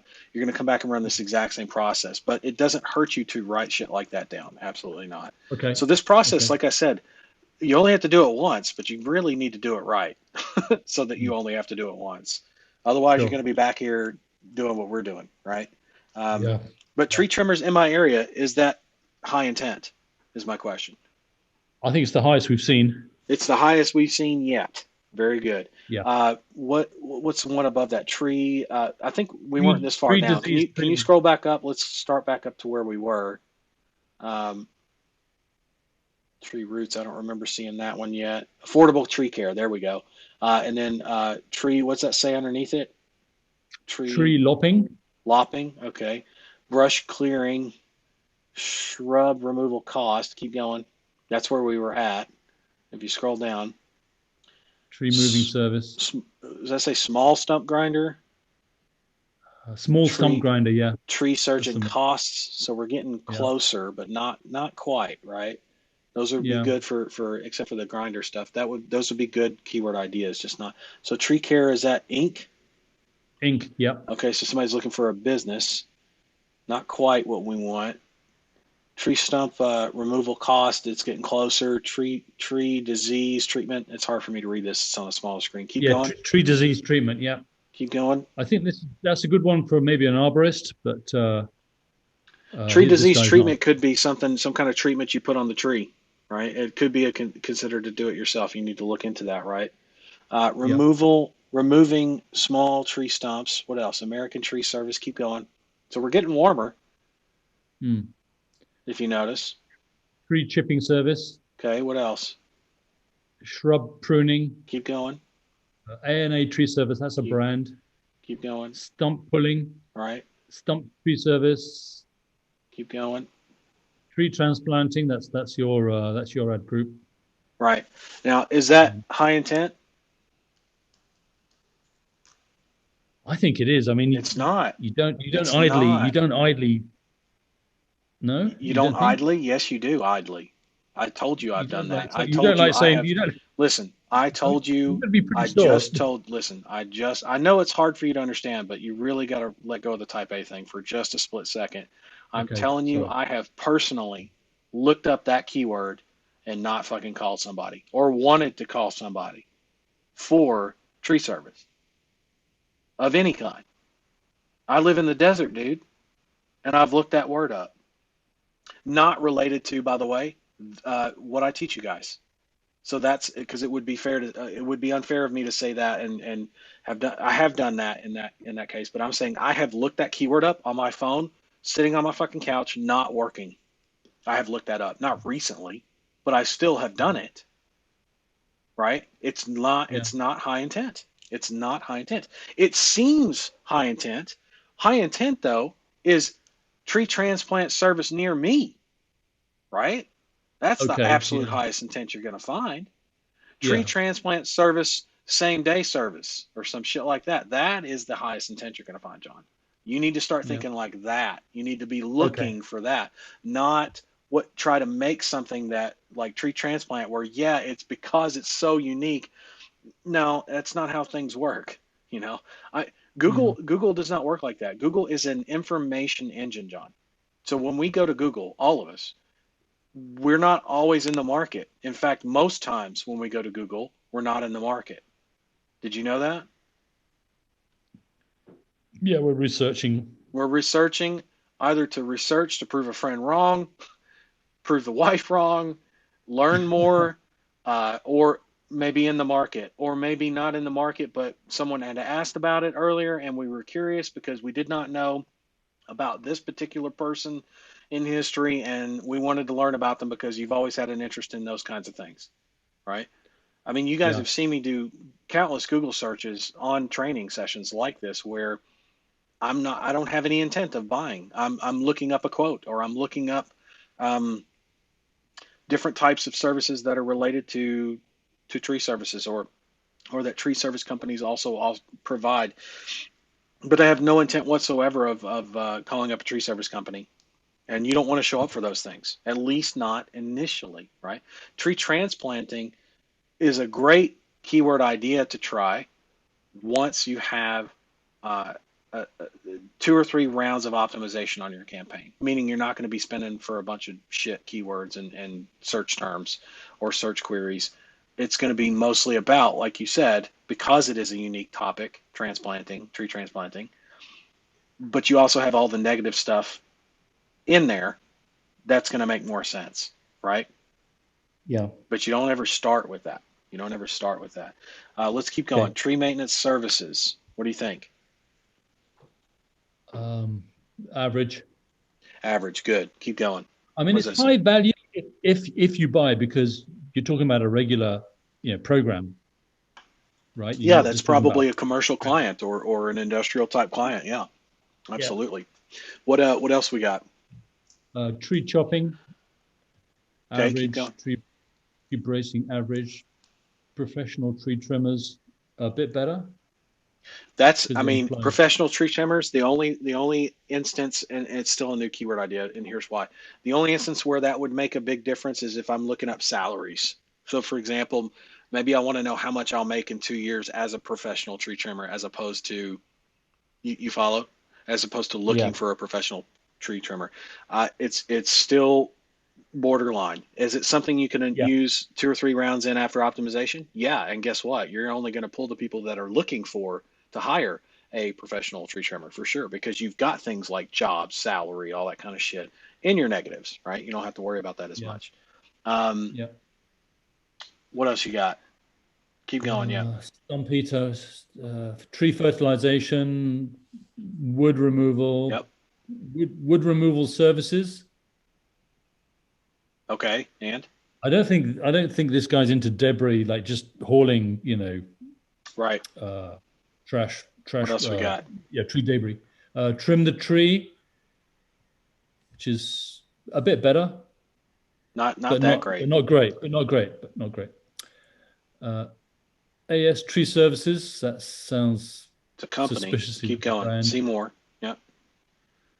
You got to get, not that you have to be super quick with this, but you need to be able to deduce very quickly or relatively quickly. So scroll back down to where we Okay. find that AC tree services or whatever you said it was. There it is. Yeah. What do we Wood got? removal. AS Tree Service. Affordable stump grinding. Keep going. Average. Uh, Tree removal and stump grinding. Tree cutting business. Average. Tree pruning cost. Average. Cutting tree branches. Average. Tree planting services. Not average and not relevant. Uh, Tree clearing service, a bit better. That's a bit Commercial tree better. care, Yep. um, What about that next one? average. Local tree removal service. That's a good one because That's that's pretty he's kind of good. looking. It's He's maybe not the looking. highest intent, but he's definitely looking for a tree service that's local, tree service company Yeah. that's local, which means not a Yeah. do-it-yourselfer, right? So Yeah. it could be, that could be me that pops up, but most likely who's going to pop up searching for that? When I say it could be me, back to my example earlier of me looking up a local tree service company and having no intent of hiring a tree service company. Who's more likely to look up that keyword, me or a bunch of people needing tree service locally? A bunch of people. A bunch of people. So while it may not be the absolute best keyword to start with, it's not something I would tell you to not start with. That's a pretty decent one. So you can click to Yeah, add I that. think I may have that one actually already Okay. in the Okay. Well, different just make sure you campaign. note it down just in case. I have. And Yeah, then keep definitely. going. You've got branch Branch removal, right? removal, average. Professional tree removal, average to Average. good. Keep going. Uh, Tree felling services, average to good. Tree disposal, average. Professional tree cutters, average to good. Tree hauling service, average to good, Local tree but not surgeon. great. Local tree surgeon, Right. better because you got the local in it. Yeah. Yeah. Local Especially tree if they're surgeon, that's considered a fine. tree surgeon, right? Now keep Yeah. going. Keep going. Here's what I want you to see. Like, put that tree surgeon at the top of the list. There you go. And now watch how quickly I go through this. You might have trouble keeping scrolling up or scrolling. Okay, so Okay. here's Okay. how I evaluate a list. Okay, and I'm not saying you have to be like me. I'm just saying this is what comes with the experience of just blowing through lists like this all day. Yep. So Yep. local tree surgeon, yeah, I'll put it on the keyword ideas. Commercial tree Yeah. service, no. Tree service cost, no. Tree removal company near me, yes. I'm clicking, I'm adding Yes. it. Tree, what does that say? Tree feller? Tree No. fella. Tree felling cost, no. Tree Keep felling scrolling. cost. See, I've already scrolled, right? Yeah. Licensed arborist, no. Was that one below it? Was that say something? Limb Limb removal. removal, no. Tree root grinder, no. Tree treatment, no. See more. Go, go, go, go, go. Not saying you got to rush through it, but you definitely don't want to like be here, one eternity later, right? that whole video meme that I got. What do Yeah. we got? Service costs, local tree surgeon, tree felling services, local tree removal. Is that where we were at? No. I forget. No, we were further down than that, weren't we? Yeah. Keep going. Local tree surgeon, there's that. So keep going just a few more down. Yeah. Tree treatment. Here we are. Tree removal company near me. We said that was All right, good. what's the one below? Tree feller. Sorry, just up one. Tree felling cost. You're still jumping around. Settle on where we're at so I can start going again. Tree felling costs. Okay, there it is. Tree felling costs, licensed arborist, limb removal, tree root grinder. Keep going. Scroll. Tree treatment, tree moving. What does that say? Emergency tree removal near me? Add it. Yeah. Add it. Go ahead and add it. You should be clicking the button to add it over to the thing, right? No, but I would put that. I've noted it down. I'll put that in my tree removal ad group. It's more relevant, right? Well, to me, it's more of a general tree service keyword, but okay. I mean, removal and tree service should really be the same thing. Shrubs would be separate. Transplanting would be separate, like those kinds of things, absolutely, right? But to me, I don't know. I'm not. It doesn't matter. It doesn't matter as much as long as you get the right intent. That's the biggest thing here is why we're going through this. What does that say? Tree mulching, tree shrub mulching, care, yeah. Tree and shrub removal service. No. Price of tree removal, timber tree service. Keep going. Tree. What does that say? Tree removal business. Tree removal, but no. Tree shredding service. Tree thinning. What does that say below it? Tree cutters in my area. Add it. Add it.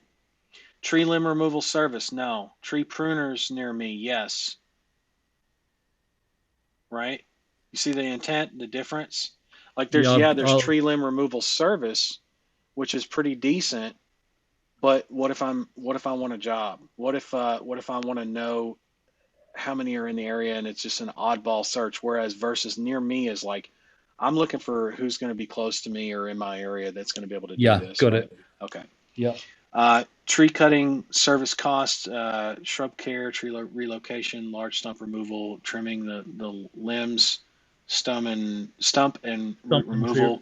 Yeah. Tree cutting service cost. Nope. Keep going. See how quickly that is? It's just, I'm not looking, it's more of a yes or no based on absolute highest intent. And if there's something that's a no, it doesn't mean I just completely dismiss it, but I write it down if need be based on keyword idea, right? But I'm blazing right through them, right? Where, let's see, tree cutting costs, tree service Inc., tree care specialists, that's close, but not quite. Local tree cutting service, that's pretty good intent, but not quite, right? Yeah. Not quite. I'll add that to my tree trimming cutting group. Keep going. Yeah. Tree stump disposal. Local tree cutting service, tree stump disposal. Okay. Yeah. So tree stump disposal, that's where we were at.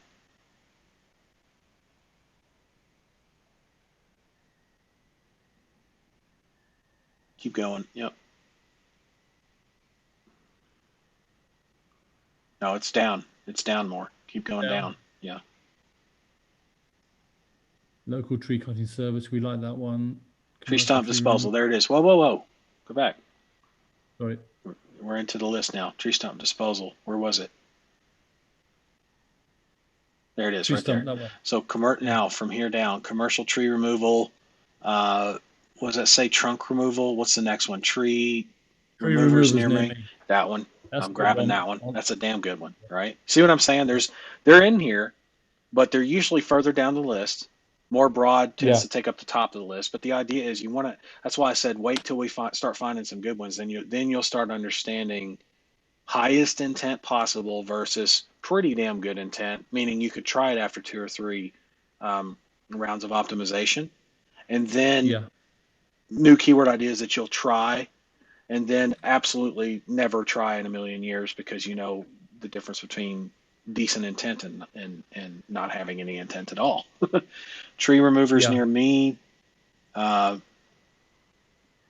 that's a good one, Yeah. right? I made a note of that one. I'll add Okay, it to the that's tree fine. removal That's ad. fine. Keep going. Cutting tree limbs. What does Tree that cutting say? estimate. Tree cutting Tree what? cutting estimates. Tree cutting Uh, estimates. mm, it's uh, someone is It's average. interested in the service, but they're also maybe wanting to know the cost of estimates. Like they're not quite in the market. They're not 100% in the market. Let's say Yeah. 100% of the time. Yeah. Tree stump removal services, tree maintenance companies, local tree stump removal service. That's better, right? That's something I might Yeah. It's actually good run with, right? if he does. Yeah. If he does Right, stump grinding, but he doesn't right. I anything got you. otherwise. But keep going. Yeah. Uh, That's right. Again, we're not. Shrub. You're at okay. Stop for a second.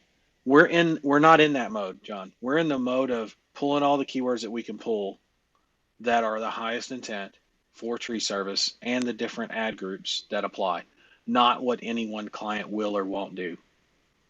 That Oh, comes because of the. after you've done all of what we're doing now. Yeah. That Okay. comes with the Okay. flick of a switch on the ad group. For example, stump grinding, right? For your tree Yeah. service company. That's when you turn off that ad group. What you just said means I turn off that I pause that ad group. Not, but I don't want to put that in for this particular, because you don't want to have to do this again. This is tedious enough, right? And it's Yeah. important. I get that it can be tedious, but it's also super important. And I need you to understand: do it once, do it right. Don't start throwing walls up, adding exclusions based on what your current clients do. Okay, pretend like you have none, and you're only looking at this as a like one of the cool things about this is, like, even if you didn't know what I taught you in or have access to Mirror, for example. Some people listening to this right now don't have access to Ring Ads Mirror because they haven't bought it. Okay, no problem. You can still, through market research, right? The way I teach it, and also through just going through these keywords, you can find different ad groups that you're going to need. For example, transplant, stump grinding, um, general, trimming, removal, right? There's all these different, and then shrubs. There's all these different ad groups that you're probably going to need to add or to have for tree service, right?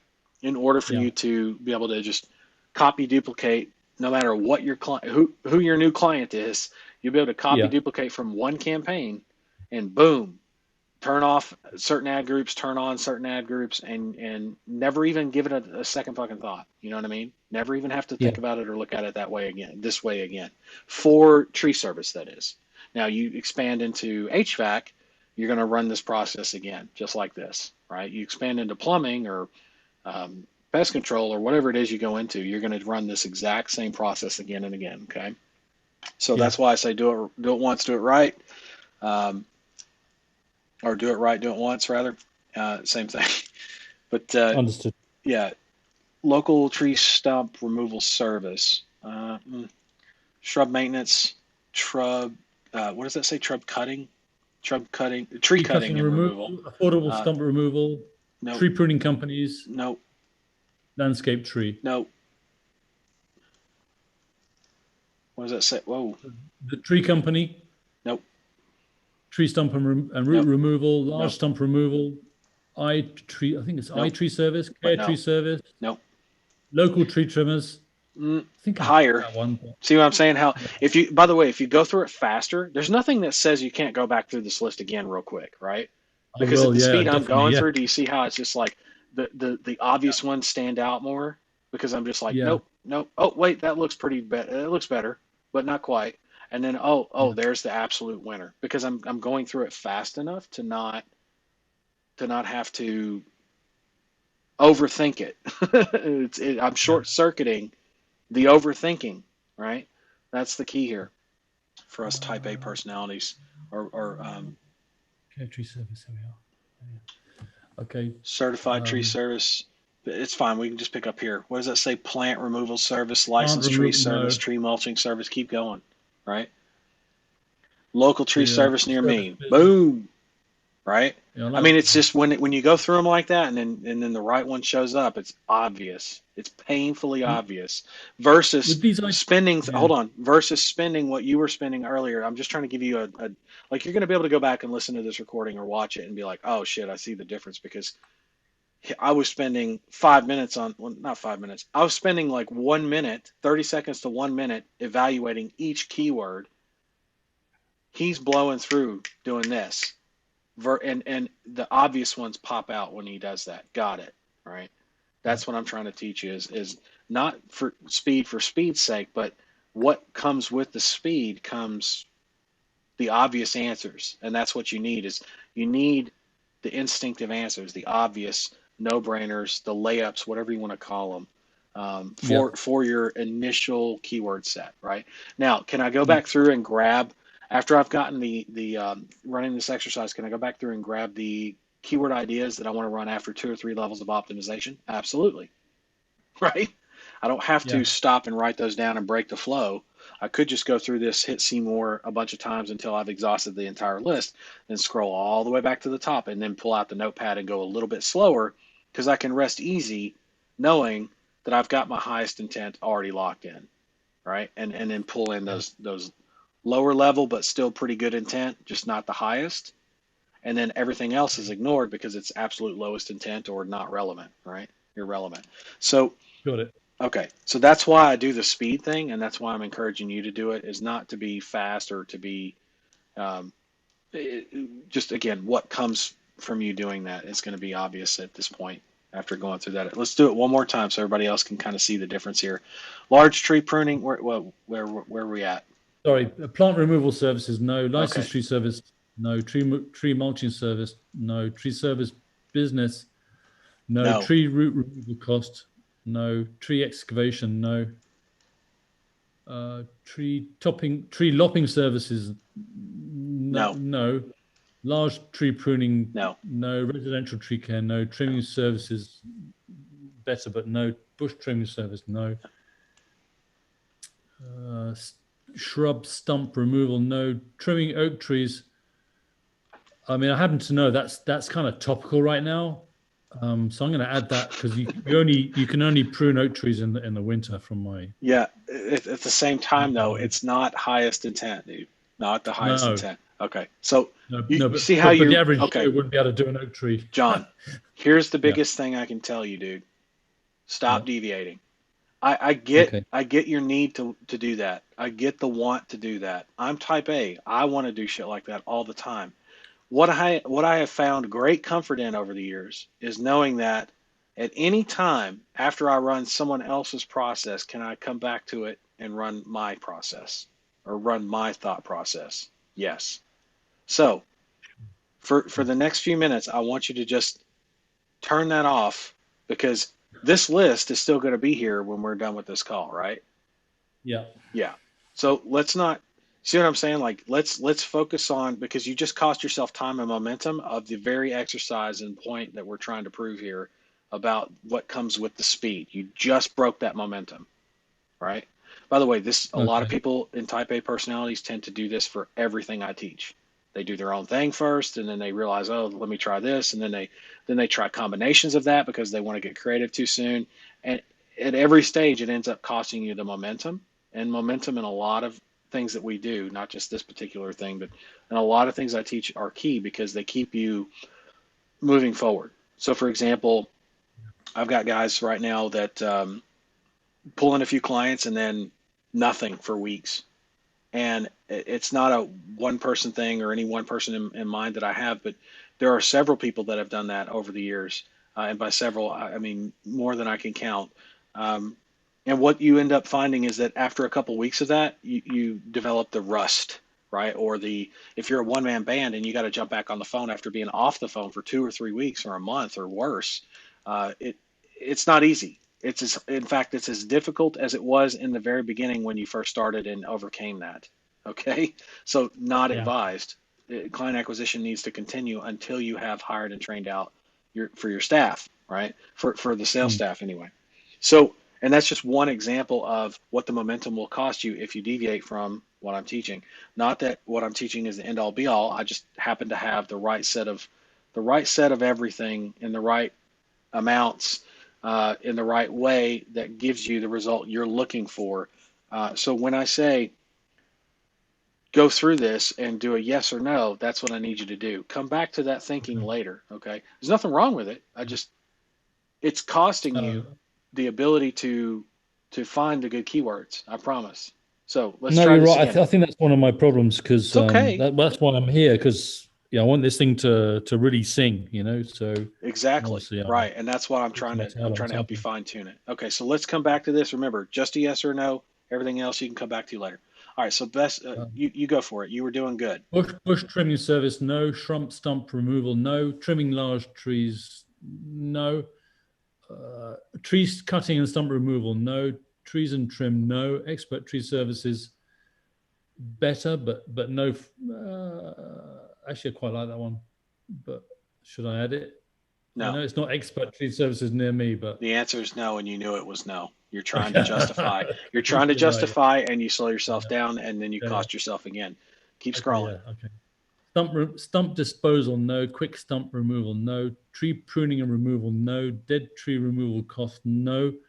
The tree cutting company, no. That's a brand. Tree service websites, no. Big tree cutting, no. Insured tree service, no. Tree fertilization service, no. Keep going. See more. So tree fertilization service. Scroll all the way Yeah, down to the bottom. Make it easy on yourself. yeah, near All the the way down the bottom. Yeah. bottom, and then work your way up to tree fertilization Okay. service. Small tree city.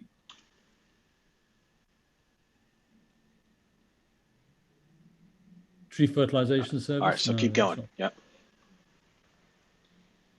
Here we are. Expert tree services, no. Stump disposal, no. Quick stump removal, no. Tree pruning and removal, no. Dead tree removal cost, no. The tree cutting company, no. Tree service websites, no. Big tree cutting, no. This is where you Insured were tree at. service, Yeah. no. Okay, keep going. Tree fertilization, no. Stump removal options, no. Professional tree surgeons, no.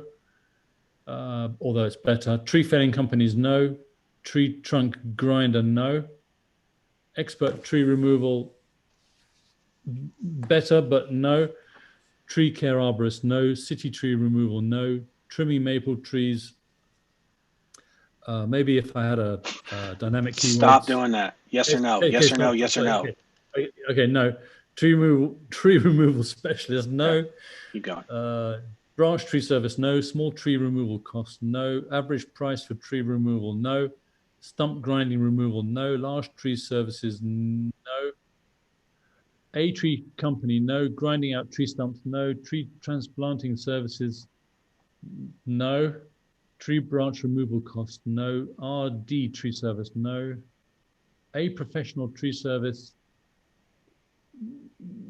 better, but no. Website for tree care companies, definitely no. Company tree, no. Stump grinding company, no. The tree care company, no. Best price tree service, no, because it's too kind of cost led. Right, keep going. Best price tree service. Stop contemplating and just answer yes or no. Okay. Best price tree service. Oh, sorry. It's okay. Best price tree service. It's good that we're doing this exercise. Tree service. Yep. Professional tree removal service. I think it's better, but If someone's looking for a service and they're looking for professional, I think that's pretty good it's actually. pretty solid. It may not be the absolute highest intent, but damn if No. it's not like super high intent because someone's not doing a do-it-yourselfer, or they're one that has tried to do it themselves and obviously needs a professional, and they're looking for a service. They may not have said nearby or in my area, but that's pretty damn good. So yeah, I would say yes. Now keep going. Tree hauling, no. Tree companies in my area. Yes. Yes. You see how you went instead of instantly yes? The Yeah, but we reason talked I'm about at, two companies earlier, didn't we? right. Because The reason, well, here's the thing. The reason I'm able to pick that apart and instantly, and you're not, and you debate too much, is because you debate too yeah. much on all the other shit. No, Okay. I'm All shooting right. you. I'm shooting you as straight as I can, dude. That's why I'm telling you. You've got to get, at least for this process, you've got to get used to the idea of I need to know if it's the absolute highest intent, yes or no. Fuck every other possible deviation or thought that I might have that creeps into my head. I know that it's going to happen. I recognize I'm self-aware as a type A that it's going to happen, but I can come back to it. And I will, by the way, I will entertain that with you on this call, just not while we're doing this exercise. That's all. That's all. Right? You want to, in I other think some words, of your like my military instructors used to say, hey man, you want to go run a couple laps after I'm done smoking you, meaning push-ups, by all means, right? You go do what you want to do. yeah. That's you're on your time, right? At that point. And I don't mean after the call. I mean even during the call. But while we're doing this specific exercise, you have to do what needs to be done, right? Because it's going to cost you otherwise, and you're going to be able to. Okay. You're not going to be able to discern immediately, anyway, which costs you time and potentially the wrong kind of keywords. If you're debating over keywords as opposed to just yes or knowing them on highest intent, because Mm. when a good one came up, what did you weren't there. And earlier, by the way, when we were doing this exercise, you got to that point where you were able to just say, "Yep, that's a good one. Yep, that's a good one." Then you started doing that hemming and hawing, right? What I call hemming and hawing, where it's not a bad thing, but for this particular exercise, it costs you. That's the only thing I'm trying to convey to you. It's not Yeah, that fair what enough. you're doing is bad. It's just not healthy for this particular exercise, right? Okay. Okay. Uh, Um, okay. yeah. Like, do you ride motorcycles? Have you ridden motorcycles? No, never. Okay. Never. Not a good idea to ride with them and wear shorts. No. Right. Uh, Pretty self-explanatory, but for those that don't understand, you don't want to burn your legs, and also if you have to lay the bike down because somebody was driving like an idiot, or if you accidentally lay the bike down, um, even at 5 miles an hour, you will skin the shit out of your legs, right? But more so than anything, in summertime, it's more tempting to wear shorts because it's hot out, especially in the desert. But there are hot pipes, and the sides of the bike can even get hot in the sun. So it's not a good idea, right? You wear pants. Uh, is wearing shorts a bad thing? No. Wearing them on a bike, not the best idea, not the greatest idea of ideas, right? That's kind of my point here. It's the same thing. It's like, I'm not saying shorts are bad, dude. I'm just saying shorts on a motorcycle in the middle of fucking summer, probably not the safest idea, nor the most uh, friendly idea for your legs and leg hair next to hot exhaust pipes. Probably not the best idea. So that's the same concept I'm trying to explain to you here. I'm not saying it's don't ever wear shorts again. I'm saying try don't wear shorts right now. Wear pants instead. All right. Hell, if Yeah. anything, wear denim.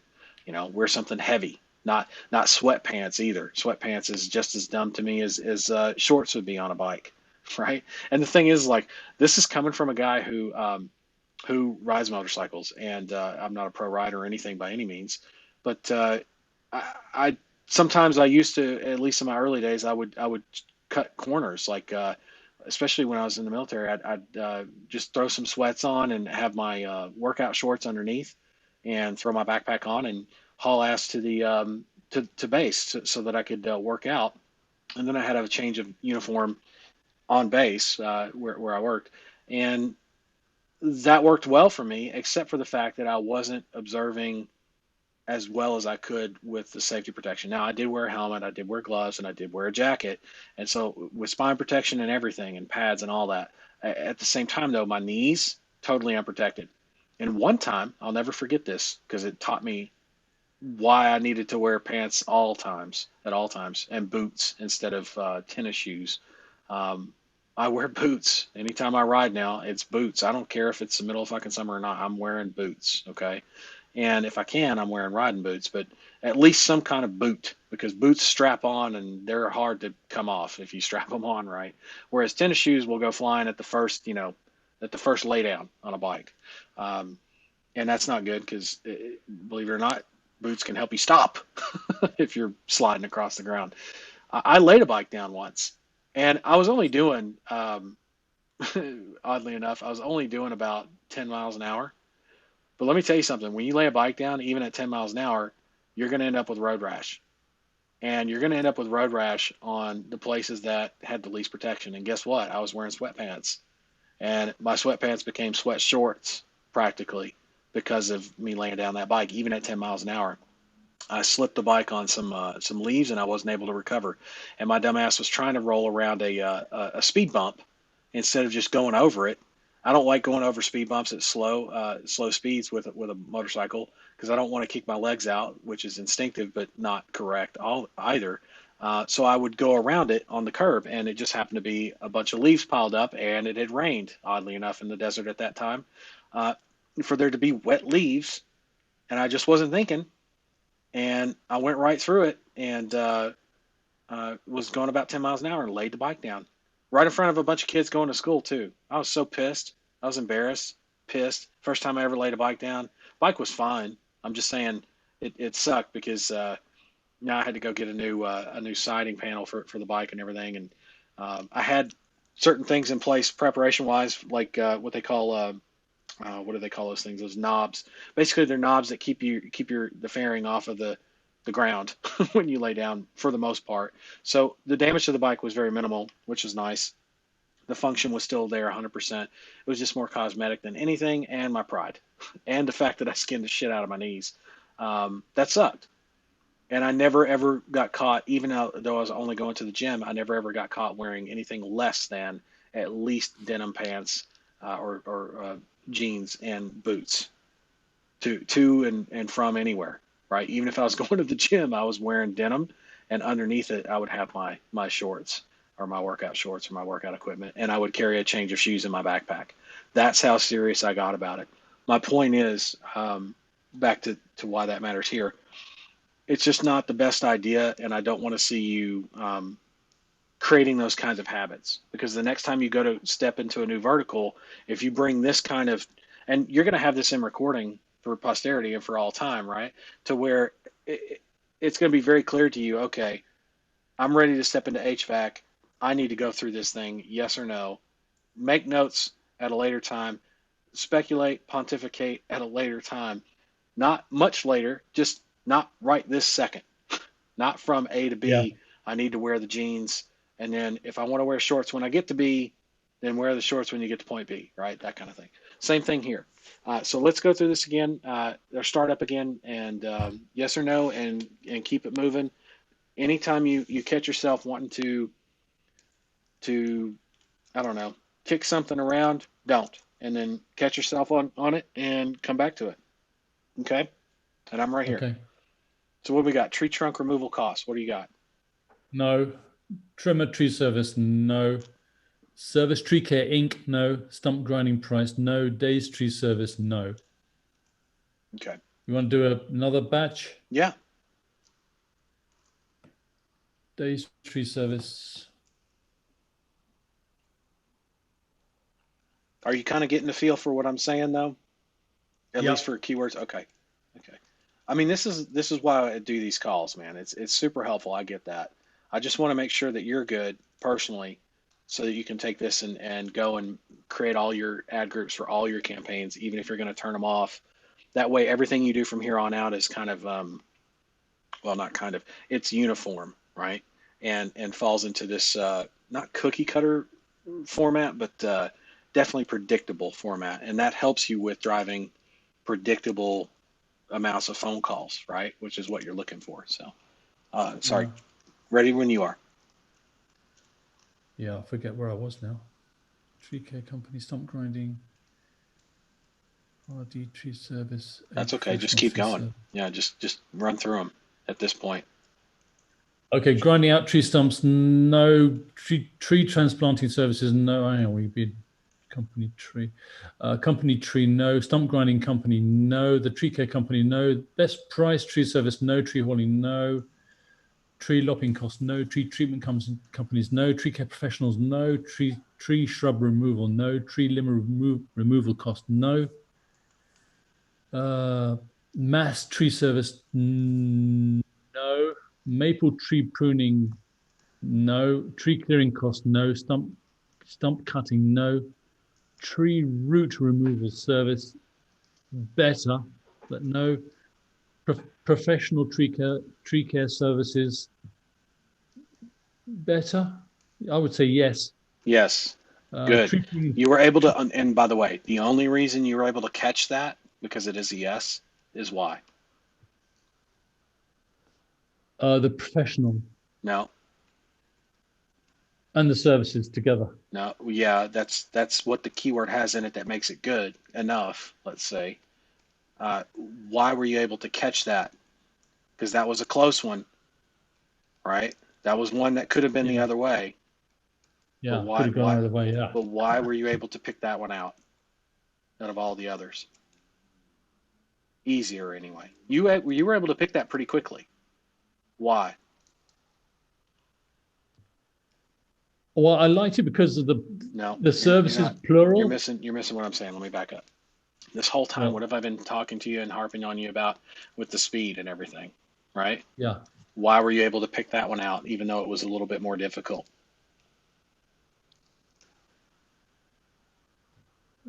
Um, based on intent? well, as I said before, William, just the professional aspect and the No. services aspect. Okay. You're still, it's okay. You're type A on me right now. And I get it because we've been doing this for a minute. So here, let me back up and I'll give you the answer and then it'll make sense. The only way you caught that was because of what I taught you about going through this at speed.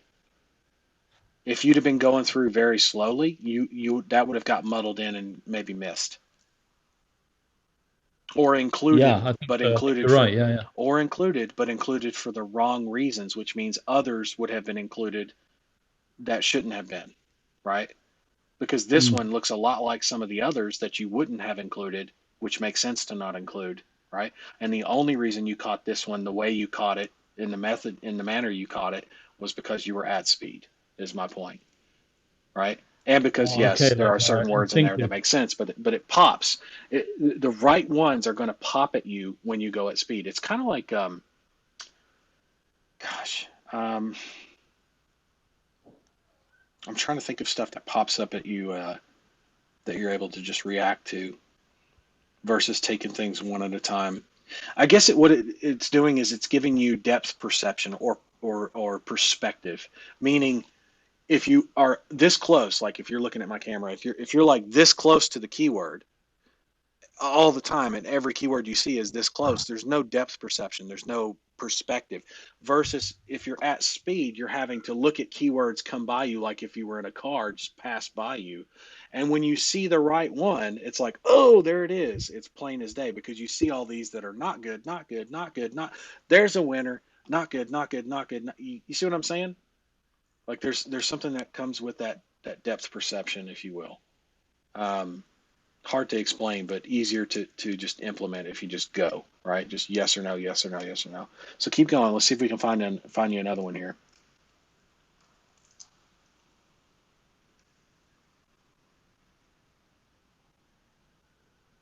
Oh, I can't hear you, John. I don't know if you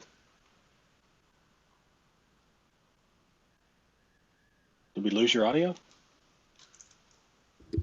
There you are. Hi. There you are. Yeah, Okay. sorry. Uh, tree removal cost, no. Mass tree service, no. Maple tree trimming, no. Tree clearing cost, no. Stump cutting, no. Root removal service. I'm borderline on that, but I'd say no. Tree pruning season, no. City tree service, no. Trees care, no. Tree trunk removal cost, no. Tree trimmer tree service, uh, it's better, but no. Service tree care inc, no. Stump grinding price, no. Days tree service, no. Tree and bush trimming, no. 24-hour tree service, no. DR Doctor tree service, no. Tree West tree service, no. Tree planting company, no.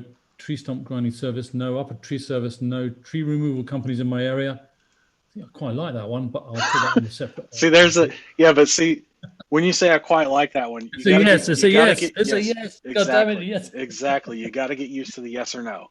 Not that there's. Keep in mind for this exercise and this exercise only, yes or no.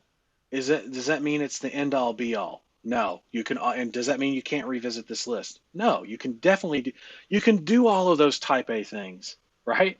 I'm a type A. I know what that's like. I'm telling you, I know what that's like. The difference is I figured out how to manage my type A-ness, maybe more anus. That's funny, anus. That's really shitty. Ah, Pun yeah. intended. Um, I've figured out a way to handle my personality, my type A personality, uh, and the tendencies that come with that, and manage it in such a way that works to my favor or in my advantage, not against me, not to my disadvantage. That's the problem that most people that are type A's experience is they live a life of a lot of frustration. Whereas, don't get me wrong, I'm type A, I have frustrations. I'll give you a perfect example of this. What I was talking about earlier with the live streams, right? With Facebook not working right for some fucking reason. And notice, I'm irritated, right? Maybe more than I'm letting on that I'm extremely irritated about it, in case people can't tell. However, because I have all the redundancies in place and all my type A personality traits that I have and tendencies, I've put things into place to take care of those things, right? So that it's not as Mm. big a worry. But the type A double-edged sword, right? That's the good part. The type A that nags at me is the why is the Facebook stuff not working, right? And by the way, Facebook is Facebook. It's not within my control. There may be nothing I can do about it for now and indefinitely. I don't know.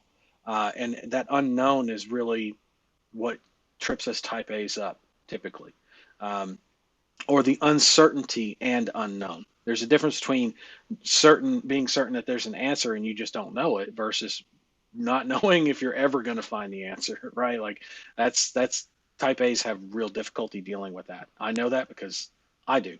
However, I have processes in place and habits in place that govern those only to a certain point. Like I will not let those tendencies get in the way of this exercise, for example, that we're doing, so that after we're done, we're going through the highest intent level here in just a second. If you want to go back and talk about the different services that are topic trending and all that kind, man, I'll talk to you all day about that kind of shit. Just not while I'm doing that exercise.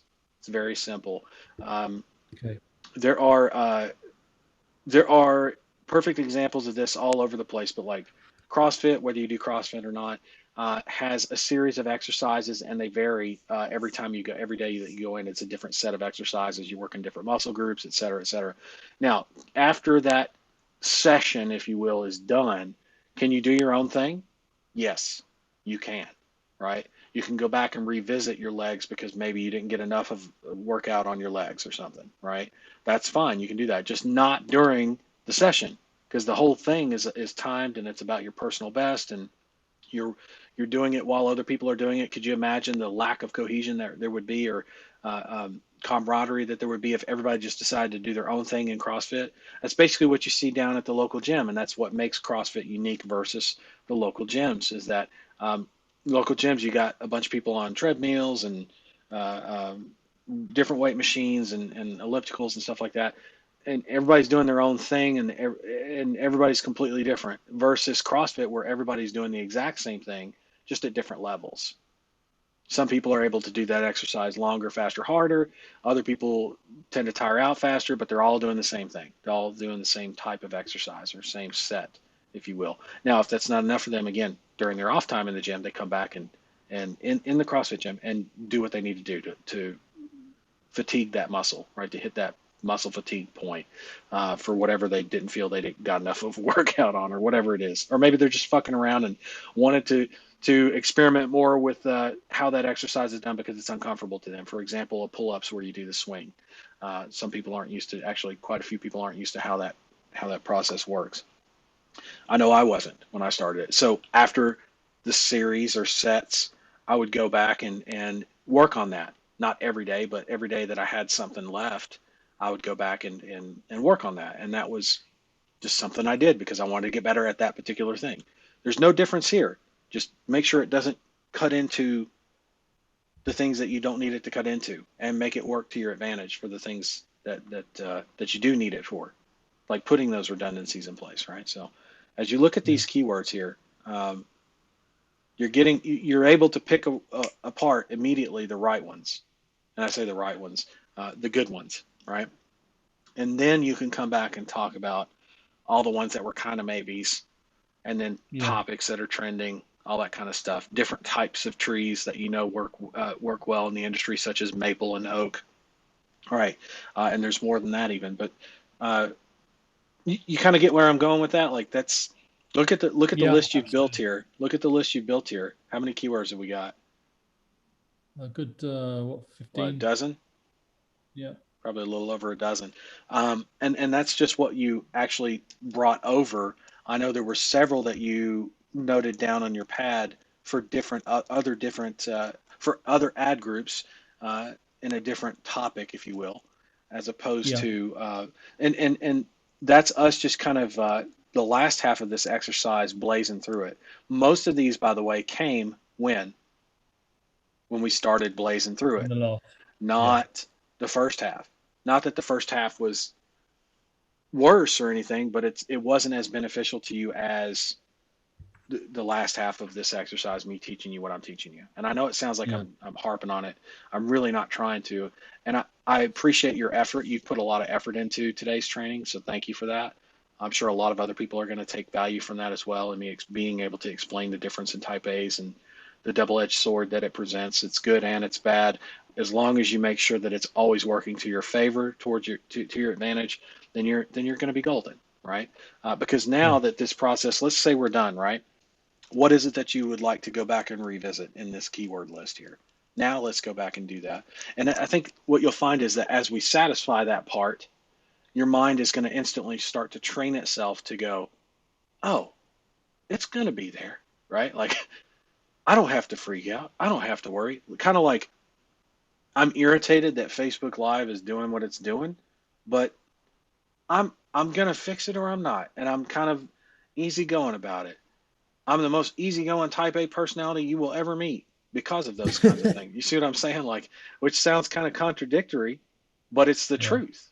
It's the absolute. Everything I do, the reason why I'm able to do what I do and how I do it is because I'm type A, right? At the same Yeah. time, how much am I going to choose to allow the Facebook Live thing, for example, not working, affect my ability, for example, to see? I'm on a live stream right now, and I know I've brought it up a couple times about the Facebook Live thing, but I brought it up to teach actually. But how many times am I going to allow that to come in and impact the level of which I deliver my training to you, for example, on this call about keywords? Like, what if I just sat here on the Once, call and was once if any. totally off kilter about it and upset about it and focused on it? Would you get as much benefit from the training call? No. No way. No Right. way. And so No. that's that double-edged sword. That's the negative side of what I'm talking about with the type A side. However, because I used to my favor, to my advantage, the type A in me that set up the redundancies, the systems and processes, and turned it into training for you guys at the first half of this call, right? First part of this call. Now you can fully see and understand, okay, damn, he works it so that when times are good, times are really good, and when times are bad, he doesn't really miss a beat except for up here personally for him. It's a stick, for him. But other than that, everybody else doesn't miss a beat. You're going to have access to these sessions. You know what I'm saying? Like nobody, and I'm able to deliver to the highest value possible, the highest level possible on these calls because in the back of my mind, yeah, I'm going to go do some testing and stuff. But am I like super concerned or worried about it? Absolutely not. Whereas normally, if I didn't have any of those systems and processes in place or any kind of catch-alls in place and staff to help manage that kind of stuff as well, then yeah, I'd be fucking worried. I'd be like, oh man. And that'd be all I could think about. It would consume me, in other words. And I think that's something that a lot of type A's can relate to is like it tends to feel consuming, all or nothing, black or white. And what I want you to get used to is the idea that you're type A that knows how to, or is learning how to turn it to your advantage. Meaning, for this particular exercise, John, on the keyword side, what we're working on is a yes or a no. What we're Yeah. looking for is the absolute highest intent. It is black or white, very much. Then, then once that exercise is complete, we can come back and take a look at the most likelies, not the yes or no's, but the most likelies and the good ones, but not good enough, right?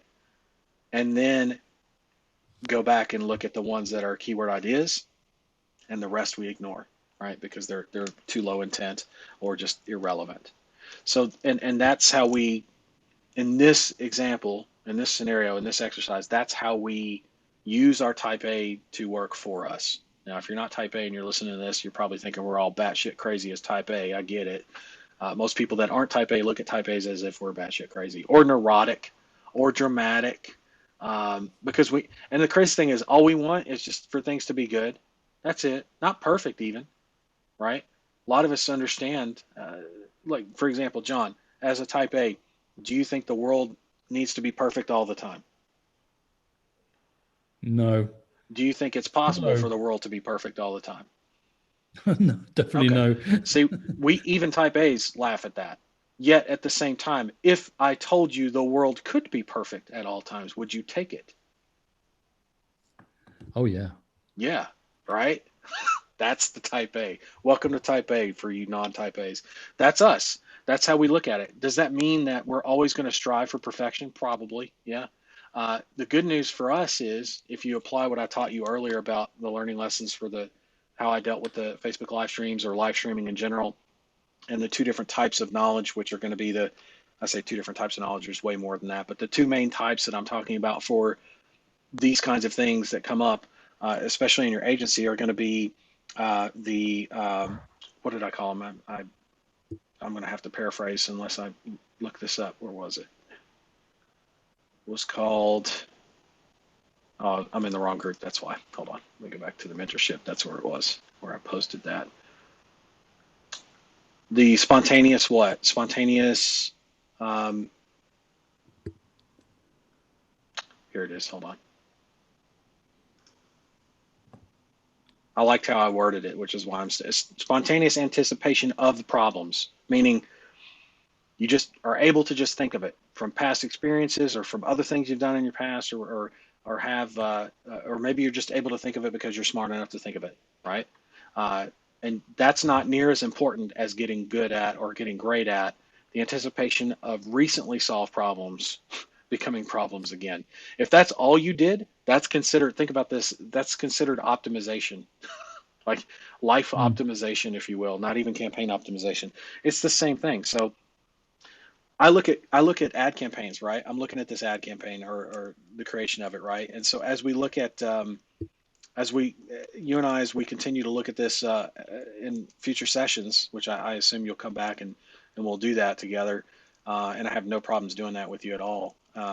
What we're going to find is some things that what I would consider in the category of anticipation of recently solved problems, meaning you have added negative keywords, and converting keywords. This is us fixing the problem. Then what you've got to do is actually go back in and anticipate these kinds of future problems again, which is going to be a lot of exercise on your part for getting used to the idea of performing the task at hand as is, and then coming back to whatever thought you had that was trying to derail you, right? There's going to be some work involved in that for sure. Uh, Good news is it's habits. It's a habit forming thing. It's a learned skill. It's not a talent. A lot of people want to know how I'm able to do what I do or how I'm able to think the way I think. It's because I'm type A and because I've managed it. That's how. Um, it's how I'm able to be more compassionate and understanding than most type A's, or empathetic and sympathetic, but more empathetic than anything. I'm able to understand because I've been there. I've done that. I've learned this lesson, and so and not only that, but I'm willing to share with you my personal struggles in dealing with that and how I dealt with that. And a lot of that, by the way, I just gave you was hard won. was not easily won, meaning I really had to sit down and just develop some kind of a, through trial and error. I've tried several systems that just did not work for me because it wasn't good enough to perform all those catch-alls that I talked about, until finally I figured out, you know what, I'm going to use my type A in this way. That way, when it comes up in this way, in the negative form, all this is done, it might break through one or two layers, but it's gonna get caught. The ball's not gonna get dropped. And that's all I care about. And when I can do that consistently, which I do on a daily basis, and now I can even do it without thinking about it. So I do tend to take it for granted, except for situations like this when it comes up and I'm able to, oh, look, my live streaming is not working. Let me talk about that and explain how to people how I've got all the backups and stuff in place, and why does that even matter to you, and how you apply that to your agency. That's what makes the difference in terms of how you're able to move forward quickly and without breaking stride. See, like normally, I'd be going back without, I say normally, without doing what I just taught you guys to do, that I do for myself, obviously. uh, I'd be in a situation where I'd be up shit creek without a paddle. I'd be stuck. I'd be pissed off. I'd be upset. I might even have to take a break, come back to it and figure it out and solve the problem, sure. But because I have all these solutions and alternatives and redundancies in place, the only thing that really I have to do, and I don't have to do it right now, I can come back to it obviously after this call, or whenever I feel like it, actually, and reach out to Facebook support, see if I can find some kind of news articles about Facebook being down, um, split test and try different live streaming from my personal account, try it in a couple of private groups that are just set up as test groups, all this kind of stuff where I'll be able to figure it out pretty quick, right? Very quickly, actually, um, whenever I'm ready to. But because it's not really top of mind for me in terms of priority, serving you guys is, I'm using it as a lesson to serve you guys for sure. But it's not got me freaked out, if that makes sense. But I am a type A, so shit like this coming up that I'm not ready for, and don't have any kind of redundancies or catch-alls in place is definitely going to have a tendency, at least initially, to freak me out, just like every other type A, because it's not seemingly within our control. Hopefully that makes sense. Um, and I know it feels like I'm spending a lot of time explaining that, but man, um, for us type A's, it's super important for us to understand that concept, and not just understand it, but be aware that it's what makes the difference between us having a great day as a type A versus having a really shit day or a string of shit days as type A, based on outward influence. Let me ask you, John, and this is a personal question, I know, but I'm going to ask anyway, because Sure. I'm willing to share with you. So it doesn't matter if you share with me or not, but here's the question. Do you tend to find uh, in your day to day or in your life that outward influence has a much more significant impact on you than it does your loved ones or people that you know and care about? What do you mean by outward influence? Stuff going bad that you have no control over, that's an outward influence. Something happened, and someone ran into you with their car. Does that tend to bother you much more than it would someone else that you know in life, or everyone else for that matter? Most everyone else. I don't think it doesn't. It should affect me more. I think. I You're mean, missing my point. I'm over 60 now. I've seen. Think of a time something happened to you. Anything. Yeah. Think of Yeah. that. Now, No, I am. okay. Now, has that thing happened to other people you know of, and Oh yeah. or in touch with? Okay.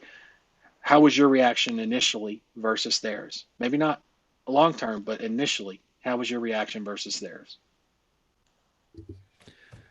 If you got to be honest, Shock and disgust. right? But you got to be honest with yourself too, right? Like you got to be honest with yourself. Compare. No, that's your reaction. How was that? Like, was it much more extreme than theirs?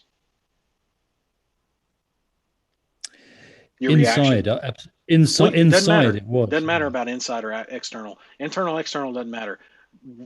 Did it affect you way more than it did them initially? If they went through the same scenario, whatever that is. I think a bit less, to be honest. I mean, I'm over 60, so I've seen a few things, William, Right, and right. I'm sure you have too. I'm not 60, but So yeah. Well, okay, let me back up.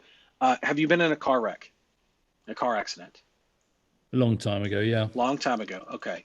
Uh, and has your wife been in a car accident before? Yeah, yes, Okay, several. several. Okay. What about everybody?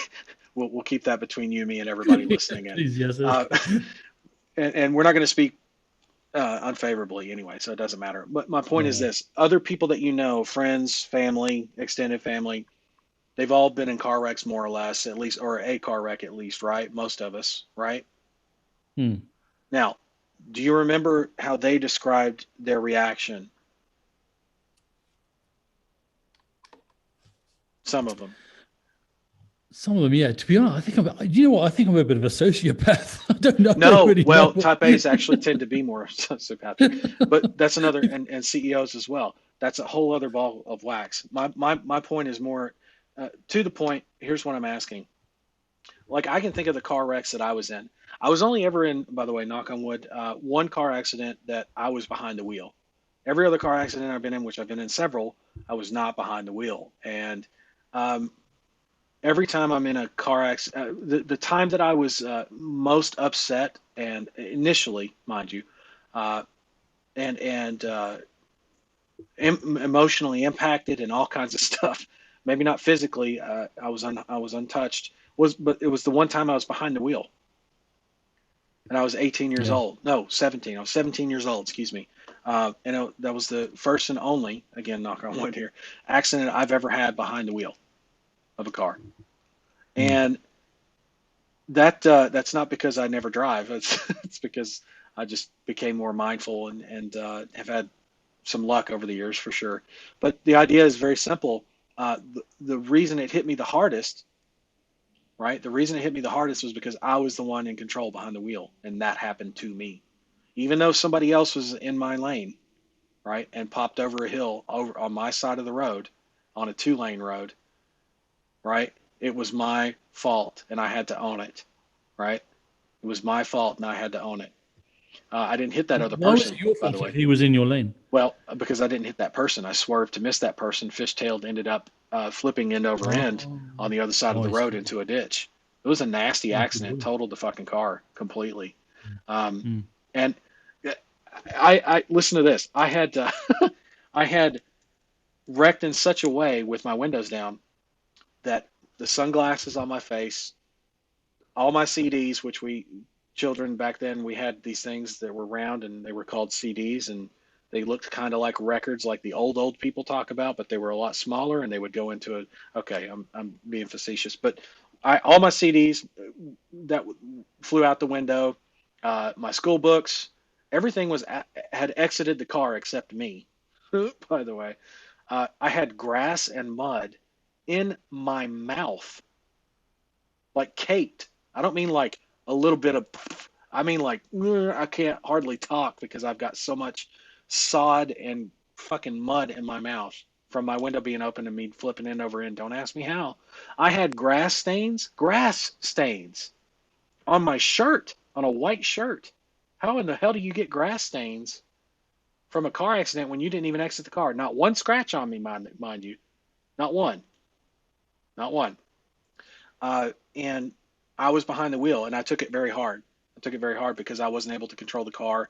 There were also some things that weren't working to my advantage. Like, for example, there was morning dew from where it had rained the night before, so it was like not super wet, but it also wasn't raining, and it was drying up. And this car was popped over. It was a two-lane country road. I wasn't being smart. I should have been going a little bit slower. I wasn't going super fast, but I was 17. So to be 100% honest, I wasn't going the speed I needed to be going on that road at that particular time. And experience will cost you. But all these factors came into play, not just one. There was a blind hill. Somebody popped over in a Mercedes, a black Mercedes. I'll never forget it. And was on my side of the road, which is a double yellow line. That was it.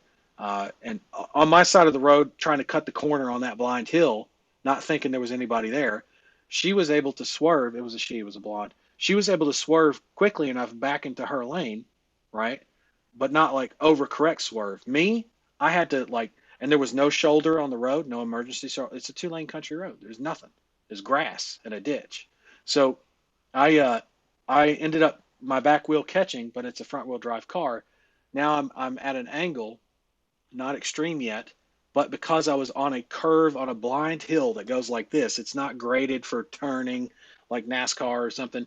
It's up and over and a turn on that hill. So at speed, any kind of speed, with not having all four wheels on the pavement, what it did was it shot me straight over into the other ditch, and I went bow, bow, bow, bow, bow, and landed facing upright, the direction I had just come from. So I flipped and also did some kind of a twist in the middle of a flip and was facing the direction I came from. Now, I took that very hard, more than all the other wrecks I was ever in. Why? Why would I take that harder than any other wreck I've ever been in or heard other people talk about? Like, I've heard other people talk about wrecks they were in when they were behind the wheel, and they didn't take it near as hard as I did.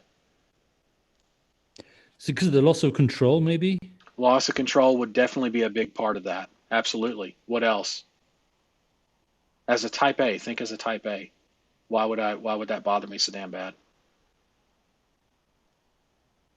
Loss of control implies what?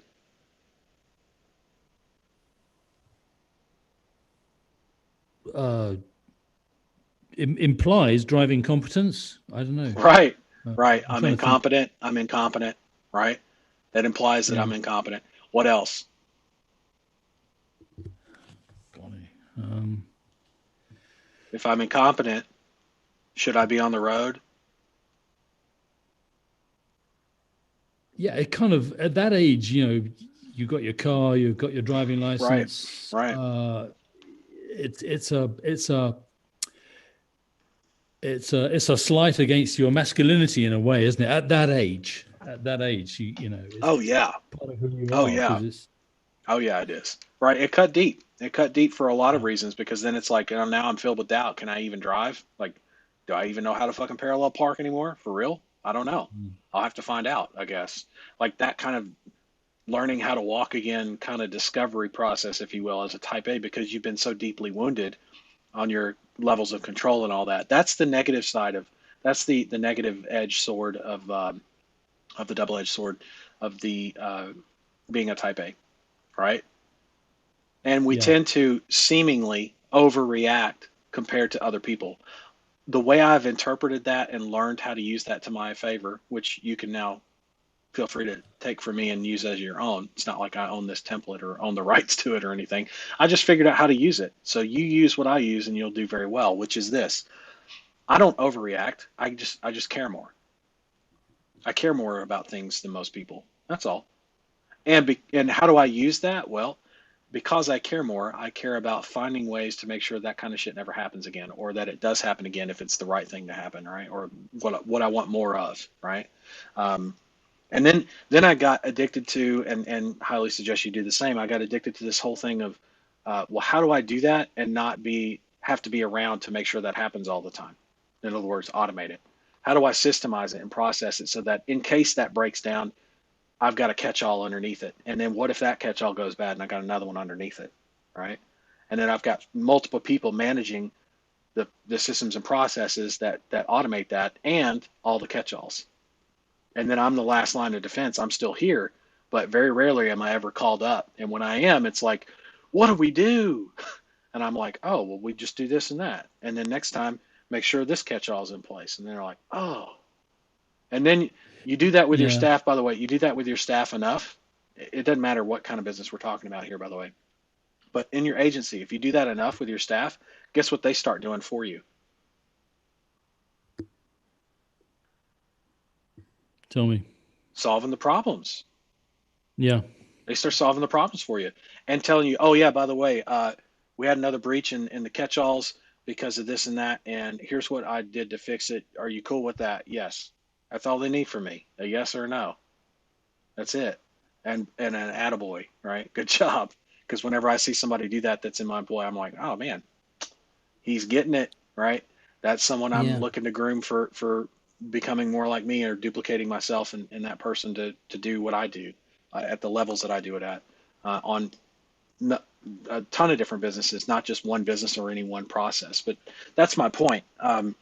There's there's a lot that comes with that, but man, use it to your advantage, use it to your favor. Don't and try not to, man, as a type A especially, I always take it pretty hard whenever I get name called. For some reason, I guess growing up, I was told I was never going to be no count, and in many very unsavory and unkind ways than that. Okay, I was never told you're not going to be of any count. I was told you're dumb. you're you're not smart enough. You're not smart enough to be in college. You just you're not going to make it. In other words, like I don't even know how you've made it this far.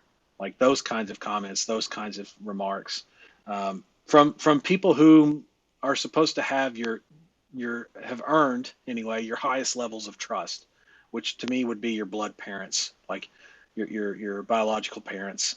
Um, and to have those experiences, I wouldn't wish those on anybody. However, what they have taught me, I'm grateful for that, because what that's taught me, okay, is that most people are full of shit. That is their, well, at least to a certain point anyway. I'll be nice about it. That is their personal agenda. It serves them to justify and to generalize in those ways because they don't understand me. Because someone doesn't understand me, they fear me, and because they fear me, they have to generalize and put down. And the fastest way to do that with someone and anyone is at least with the first shit test I call it is name calling. And I always fail it miserably, at least initially. Somebody calls me a name and I'm like, right? Even if I don't know that person, it's like, why would somebody call me that? That's so weird. Yeah. And I've been called everything and then some under, in the book. like, like there's not a name you could call me that I haven't heard before. I promise it.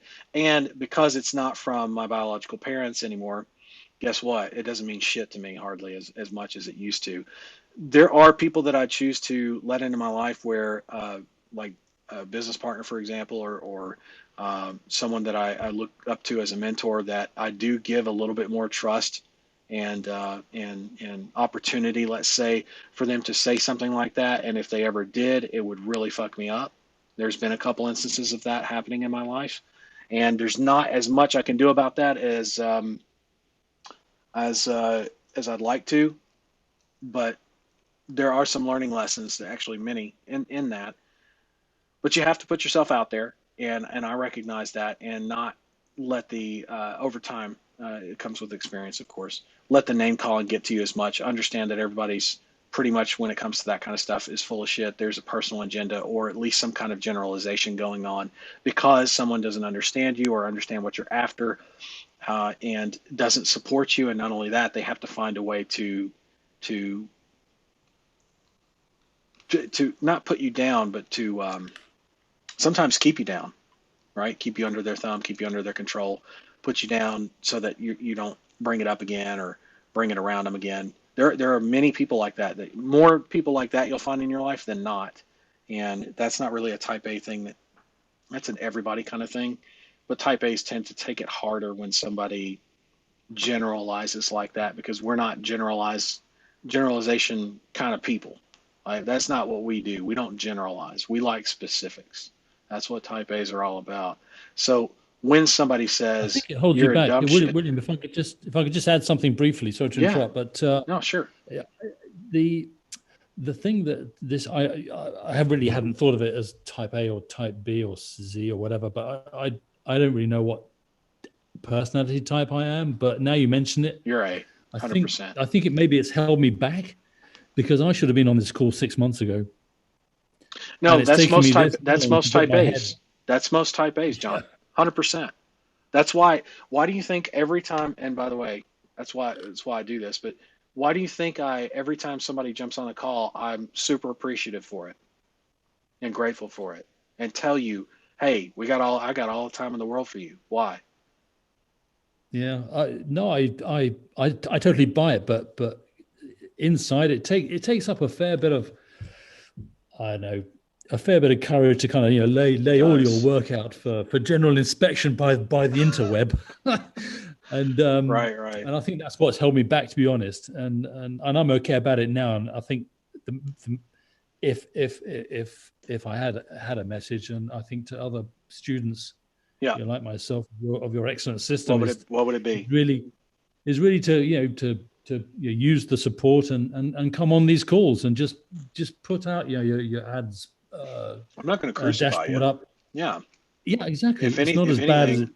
yeah, if anything, I totally get where you're coming from, and I'm going to support you, not be the one that does the name calling or puts you down. You know what I'm saying? Yeah, That's just not how I'm built. And yeah, but even if you're I've not type A, right? I'm just not yeah, built that way. but no, I've got some clear actions which I can. It's going to keep me busy over the It's next gonna go a long way couple for you of for weeks. sure. We're not even done going through that entire list yet. I mean, you could continue on Oh, and then add it to go into the different ad groups. You do that, you're going to come out with some serious winning material for sure for that campaign. Your click-through rate seemed to be good. I didn't look at your ad copy, but those are things that we can look at another time because it's yeah, running. It's got a good click-through rate. Your phone through rate will definitely increase because of the added keywords and you're going to want to start back at the lower levels with your bidding for these new keywords. Okay, keep that in mind. yeah, So yeah, yeah, what I would yeah. recommend is spend some time going through this. Do it once, do it right, and or do it right, do it once, and then apply it to all your campaigns, even if you end up going in and hitting pause on the ad group because it doesn't apply. Just go ahead and do that. So that way, anytime you duplicate a campaign for your next client and your next one, it's all going to be not cookie cuttered, but very predictable. And that's what we want to start to build off of is a predictable campaign set that you can apply to any client in this vertical and do very well with. Okay, because this is a great Exactly. vertical to be in for sure. Yeah, I Okay. really want it to work because I want to duplicate it across, the whole of the states. Oh yeah, One and you question, will one question. Yeah, go for it. I want to. I will. Yeah. What's the upper limit in terms of number of keywords per ad group that you would, when would you start raising your eyebrows at 20, 30, 40? Or would you keep it Every tight vertical is as you? different. Every vertical is different. You know, some general ad groups for different verticals are going to have 20, 30. Some are going to have 100. All right, based on high intent. Where I mean, I wouldn't go more than that, right? Like, ideally, it's going to have somewhere within a few dozen or so per ad group, and Yeah. everything else is going to mostly fall under that close but no cigar category, right? Like, Yeah. not the highest intent, but higher intent, and higher intent translates or should translate to uh, keyword idea. And that's where you just get an ad group and you put in all your keyword ideas. And it's not something you run initially, it's something you run, like I said, 2 or 3 levels of optimization deep. So you Okay. get to 5 clients from scratch for everybody else listening, starting out brand new. Uh, you get to 5, 7 clients, something like that. Then you turn on these ad groups with the new keyword ideas because you're going to have, and it's been a couple weeks, you've got a couple 2, 3 levels of optimization in to where all that new keyword idea money that's being spent towards those ad groups is not going to run shit keywords for you, right? Or shit search Yeah. queries. It's going to be very targeted or much more targeted than it would be had you run it without any negatives whatsoever and any optimization whatsoever. Um, Yeah. that's going to make a big difference for sure, right? And it's kind of how you not just scale the campaign, but also train the campaign to really in Google AdWords specifically to look for what you want it to look for, not what it's going to just be able to spend the money on, right? Okay. Got Okay, it. cool. Um, so there's a whole bunch of shit for type A's and how to deal with it and make it work to your advantage. And in addition to that, you get to see like the basic keyword process for um, building a campaign from scratch. So like even if I were to be hit by a bus tomorrow, which I hope I'm not going near any buses tomorrow. So, uh, but the idea is this: if something were to happen to me, you folks, everyone now has access to this recording, which shows you how to build a keyword, an ad campaign, right? A call ads campaign with the highest intent keywords, why to do it that way, the exercise that's required in order to do it well and quickly at the same time, uh, how to do it well as a type A, which type A's tend to do the whole uh, stop and break the momentum thing, right? That's how I was able to pick up on that right away. The other thing it teaches you is once you have this, you're able to segment into the different ad groups, right? So we no longer do single keyword ad groups. We used to do that. Now we don't. The simple answer on that is because Google Ads is going away from that. It's moving away from that. Has been for some time. They're not advertising that, but and so single keyword ad groups still work, just not as efficiently and as effectively as segmenting like this. Right. This is by far the absolute best way to start a campaign and then continue expanding out from there. Again, with the optimization and then the new keyword ideas. Right. Uh, but yeah, this is it's been a solid set. Is there anything else, John, that you need help with at this stage for what you're doing? No, thanks, William. That's fantastic. Okay. How many I clients you would say have? You said you had what's the next three. step, but I think it's ad word. I think it's the ad copy optimization. Yeah, I would say Um, optimization is where you want to spend some time for sure. But that's why I was about to ask you, how many clients do you currently have? just the one. Just the one. Okay. I would immediately work on changing that. So I would spend, Yeah. let's see, today's Thursday, right? So what I would do, are you geared up to be able to do any phone calls or client acquisition? Yeah, absolutely. Yeah, I've got the What I would do if I were you is I would spend today, tomorrow working on this, and then yeah, Saturday, Sunday prep for calls next week. yeah. That's what I would do. Okay. And by prep, I Okay. mean any and everything from reviewing the sales script, uh, recording yourself, reading the sales script, getting things down super well, making sure everything's in place for the dialer, for emailing, all the stuff you're going to need basically to perform client acquisition. And here's why: when you have 5 clients, you pull in more data than you do with one client. Okay. Yeah, And yeah, with that comes a lot of optimization. Now, if you get your shit in order here, if you get your house in order here with what we just covered today, when you go to acquire the clients next week, 2 weeks of that, so like early February, maybe mid February at the latest, you're going to have a really clear idea and understanding of how much a call costs you, and also see qualified calls starting to come in, even in February, believe it or not, for this kind of vertical. And it's only going to get more so as the weather gets better. But um, that's what you're looking for. You don't want to just stop client acquisition, right? And you never want to just get one client and see how it goes, because it's going to cost you in terms of optimization and also time to grow the business if you go that route. I yeah, know that's what is for most people what seems to make the most sense. I'm telling you, what I'm teaching on that particular strategy is counterintuitive, but it pays in dividends. Pays in dividends. Okay. Um, mm, I've seen where people didn't implement that quickly enough and had to hit the reset button. So they went from one client to zero, or they went from 3 clients back to zero, or 10 clients, 15, 20 clients back to zero because they didn't pull in enough data, right? I mean, you can pull in 20 clients, but if it's the off season for a vertical, for example, are you going to pull in as much call volume for those 20 clients as you would in the season?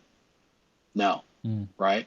So what do you need to always be doing, or at least on a consistent basis be doing? Pulling in new clients, acquiring new clients. So yeah. when did you pull this client in? I'll give you an example. When did you pull this client in? Uh, Beginning of December, second week of Begin December. Second week of December. So it's been almost a month, if not over a month, since your last client acquisition. Yeah, Ouch. That's yeah. Imagine. usually, by the way, the kiss of death. So I'm extremely grateful you came on the call, because now I get to explain that to you, and not just explain that to you, but tell you all the different ways it can kill your business.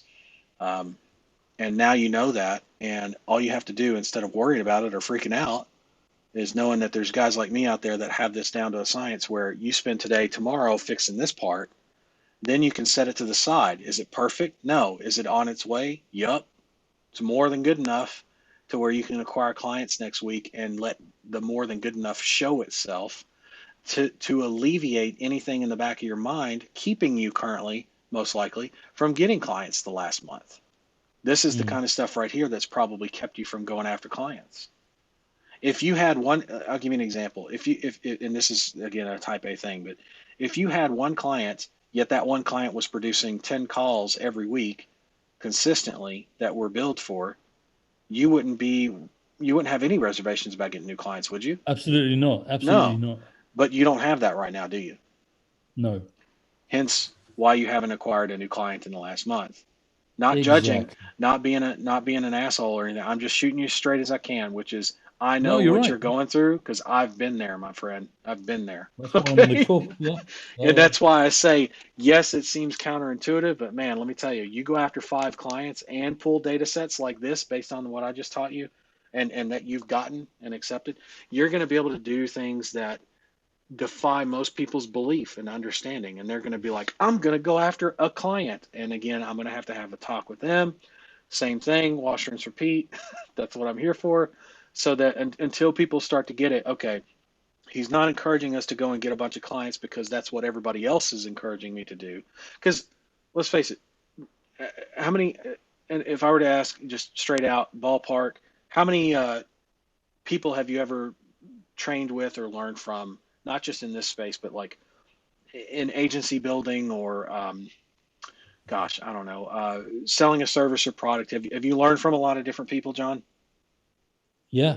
Yeah. Yeah. Okay. Yeah. Now, how many of them out of all those people, how many of them have said things like, go after as many clients as you can, Well, get as sales many is sales, clients as you isn't it? can? Well, right. And Yeah. so almost every one of them is going to say that, right? Like get as many clients as you can, right? Grab as many clients as you can. Do they tell you why? For to meet their targets. Well, I mean, okay. Let me back up. Um, there are people, and again, no judgments against these people that teach this kind of stuff, but like there are people that teach agencies that say, oh, the idea is to get 60 clients in 60 days, or a 30 clients in 30 days challenge, or go and get your first 10 clients, go and get your first 10 clients. And they always talk about client acquisition, right? But in that way.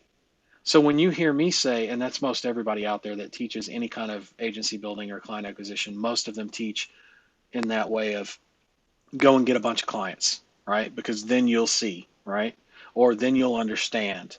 Now, I've when you hear me say initially your goal is to go and get a bunch of clients and not lift your head up until you have those clients, right? Is that the only way to do it? No. Is it the best way? By far, it is. And then I go further and explain to you why, which is not what most people will in that space or in that capacity will teach you.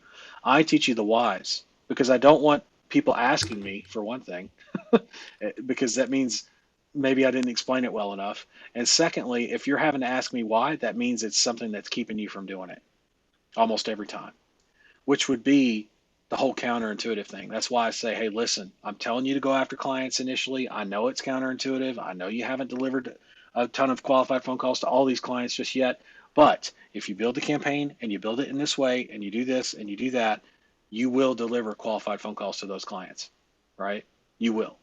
Um, and the you will part becomes even more certain the more clients you have, not the less clients you have. Not dip your toe in the water with one or two or three. Go and get as many as you can. Now you hear me say that, and I sound like everybody else, which makes people tend to be what?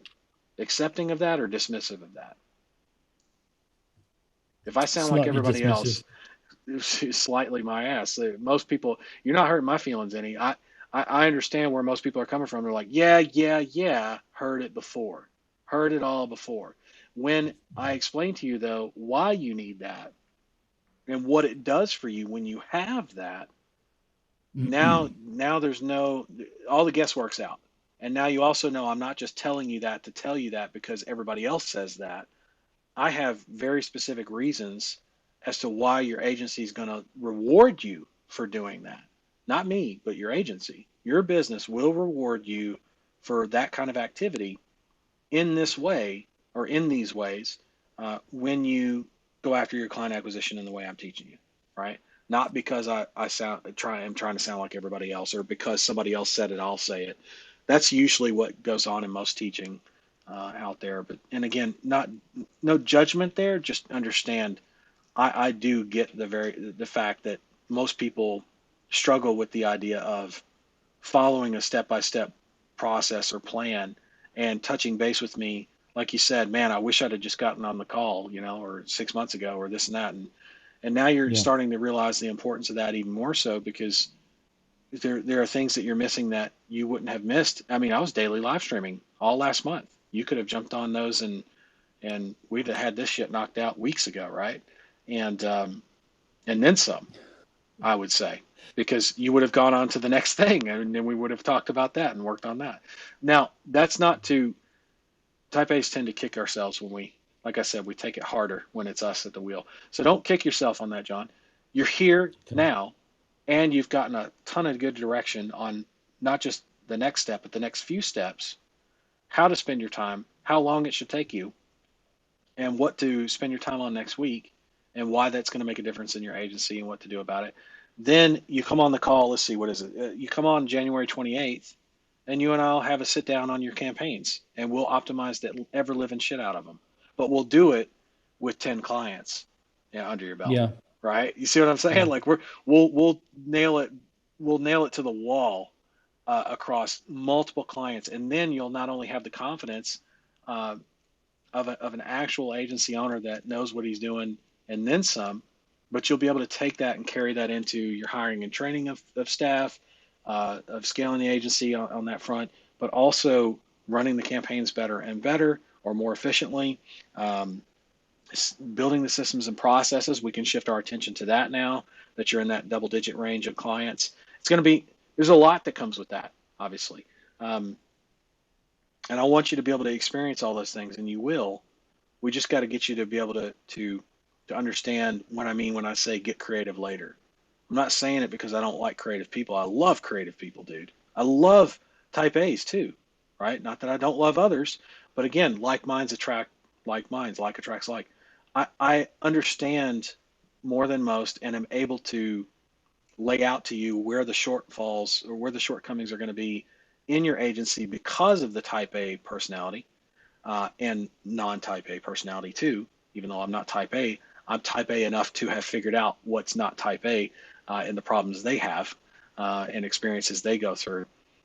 But I'm also able to tell you what that's going to look like, project out what it can look like if there's numbers involved. Um, Man, I can really give you a clear sense of what's coming, what's not, um, what to look for, what to ignore. Um, all that stuff, all of it, and that's something that again is a learned skill that I can teach you to do. The more that you, like you said, the more that you engage with me, the better that's going to be for you. The easier that comes for you. If at any time you tend to, us type A's, right? We tend to deviate. Oh, I know that's what I should be doing, right? And we still tend to Mm. deviate, right? We have to catch ourselves though, right? We have to catch ourselves and be implement what I call discipline, right? Which is keep in mind we're in control of ourselves. We can't control other people. We can control ourselves. So, for example, I'm here twice a month, every month, right? Even if I have to reschedule one of the sessions, I'm still here twice a month. Like I don't just say, "Up, Yeah. we're just not going to do that one." I did that once but for the December Dash, right, where we had a daily live stream. I just because it was daily, I said, you know what? I'm just going to not do this one. We're gonna just cancel this one. It's the only time I've ever that I can think of canceled, just straight out canceled a session. I've always rescheduled, right? And I pride myself on that because I want to make sure that you guys know I'm always here. That's a constant. It's never going to change. I'm always going to be here. The question is whether you're going to make the time and the effort to be able to and move things around, even if it. So there's going to be some sacrifice on your end too, right? Um, Now, when I travel, I always make sure that I'm not on a call or a live stream when it's convenient for me. I'm on the live stream when I said I was going to be, which is 12 p.m. Pacific Standard Time. So if it's 2 a.m. in the morning for me, and I've done that before, by the way, um, and I'm overseas, guess what? I'm on the call. If I need to spend 5 hours on a call, I'm on a call. It's I've, 1 I've a.m. here.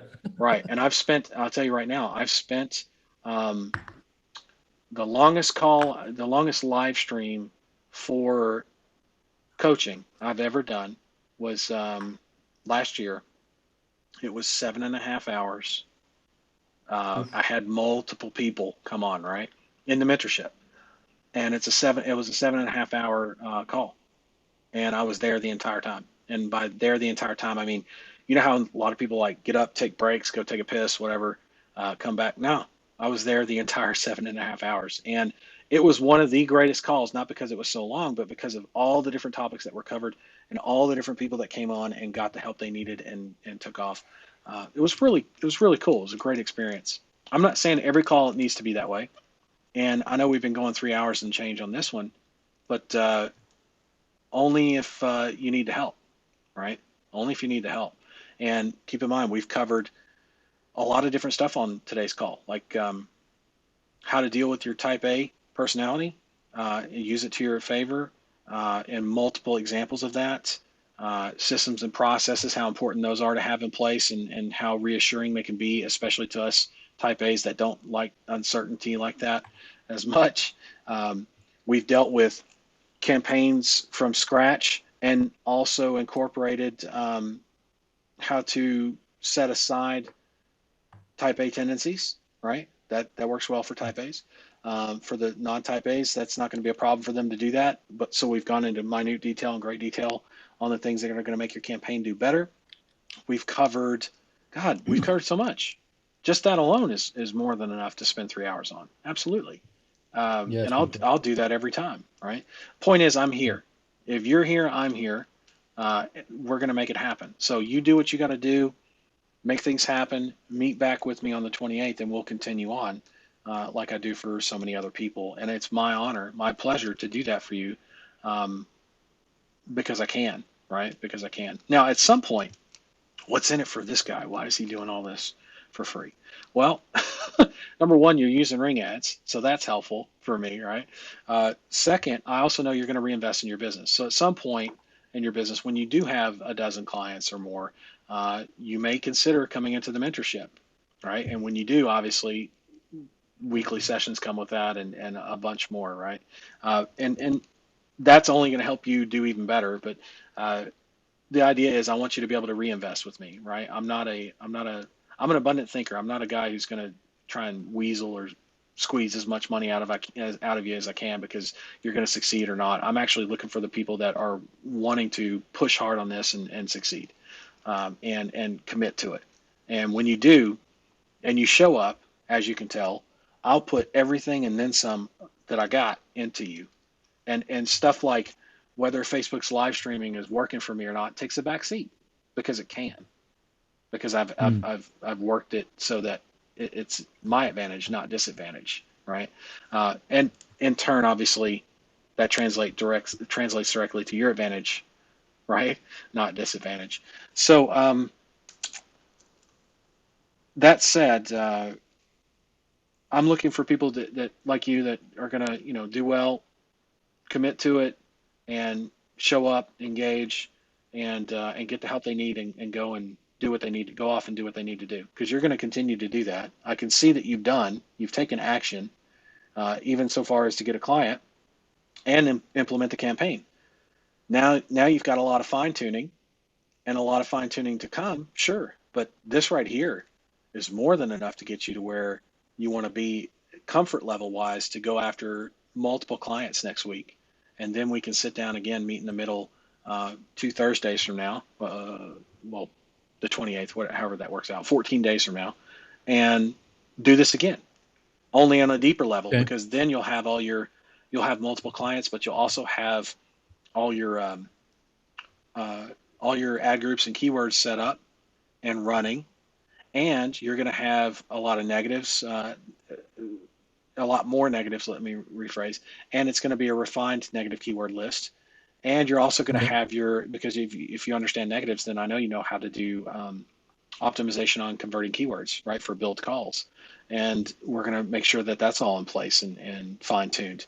And then we can maybe, the next session out from that, maybe at that point, start looking at, I say maybe because it just depends on how much data has run, but that would be the time between that call and the next call. So sometime in February, we'll be looking at some of the advanced optimization, right? Which is not Yeah. necessary, but definitely makes more money for sure. So, and the entire time, though, your goal is to continue acquiring more clients that all of that benefits, not just one client or two, but dozens and dozens, right? And at some point, you and I are going to have to sit down and talk about, again, like I said, the systems and processes, the hiring and training of staff, and all the scaling that comes into the business. So um, there's so much for us to cover, even beyond that. But that right there will take you to uh, mid six figures and up, right? If you just keep that kind of a pace going, you don't have to acquire a client every day, John. Not every day. And for everybody else listening too, that's a client a day is a very good metric to hit, especially when you've hired and trained staff to do that for you, for sure. Um, but initially, for example, if you work a 9 to 5, you're not going to be able to do that in most cases, right? Um, Hell, even if you're part-time work, right, or got a part-time job, it's going to be difficult for you to hit that initially. Uh, but you can graduate to that. You can get to that point. It's a good metric or a first metric to really hit and stick with, right? Is a client a day average, 5 days a week. So that's 20 clients roughly a month, 20 to 22 depending on the month. Call it 20 on average clients per month. And if you keep retention wise, you keep over the course of 6 months to a year, you keep 75% of those with what I teach, you're going to keep 15 clients a month, which means 3 months, 45 clients. 45 clients in this vertical is going to be worth to you probably, I don't know, at least in season. So average it out over the year, north of $1,000 a month. So $45,000 a month minus your expenses. I mean, you're still sitting on like $30,000 US a month.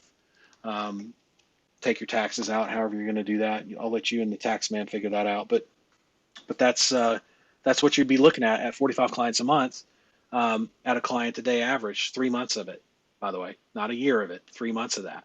So you multiply that out by 4, you're looking at 100 grand, over 100 grand a month. Actually, it's 120 a month after expenses. Actually, no, it's way more than that because you're not taking expenses out of the whole time. So it's going to be more like 150 a month or more. And 150 a month is 1.8 million a year, and that's at one client a day for a solid year. Now, what do you need to be able to hit that? Well, one position one position two, so one sales closer, in other words, and one campaign manager, so that you don't have to manage campaigns all the time. One onboarding and support person. That's it. You don't even need an agency manager. You could be the agency manager for a year and pull in 100, 200 clients and north of $1 million or into the low seven figures, $1, 2, $3 million range for the year without even flinching, right? Seriously. Um, Now you have to average it out over the season. So obviously, tree service clients you pick up in December are probably not going to have as much business as the ones that do in the summer, spring, summer, and fall, but they still will have business, right? Um, Yeah.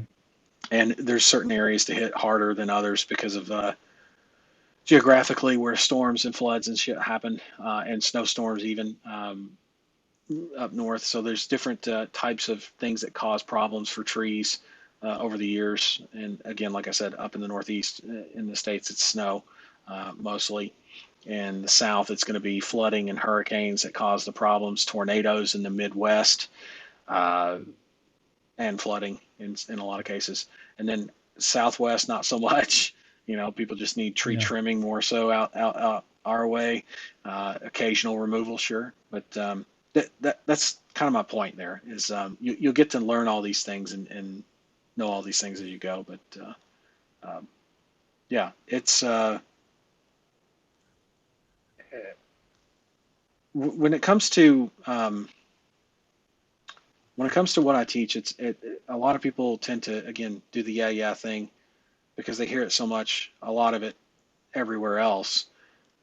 What I tend to do is give you only what you need, nothing more, nothing less, support that, and tell you all the whys and what the results are if you do this and if you don't do that, what the results are either way and both ways in a lot of cases, so that you understand the consequences of your actions before you even take the action or not, right? Before you make your choice or not. Um, Mm. and I think that goes further, Some let's of us say. need to hear it more than once, though. Yeah. Well, yeah, that's true. But hey, there you go. Type A's. That's us, right? You think I need to hear things more than once? Yeah. Sometimes I do. Not always. Sometimes the thing is about Type A's is we hear it when we're ready to hear it. You ever been told that before in your personal life? You only hear it when you're ready to hear it, John? Yeah. Yeah. What Yeah. I don't know what it is about us Type A's that, but I'll tell you, sometimes we need to hear it from the right person. Get that. Let that one sink in for a second. Now, And you'll sometimes probably we need to do 80% of it and then see where we are and and adjust. sometimes, but if you're trying to listen, okay, so I'll give you an example. There are, and I love my mother to death. There are many times where my mother has said something to me from her personal experiences, and I didn't choose to. I chose to hear her because I'm not ignoring her by any means. And I do respect her opinions and her experience very much so because I utilize it and leverage it as much as possible as I do at anyone and everyone that I learn from. But my mother is my mother, so I only have one of those, and I do my best to leverage what I can as much as I can. I just didn't in my earlier days understand how to do that as efficiently or as effectively as I can today. In other words, when she gives me a learning lesson or one of her things today, one of her sayings today, or experiences or stories today, I'm not as dismissive because I've already heard the story 5 times. I'm much more receptive to it. And I also ask questions, which I used to never do, right?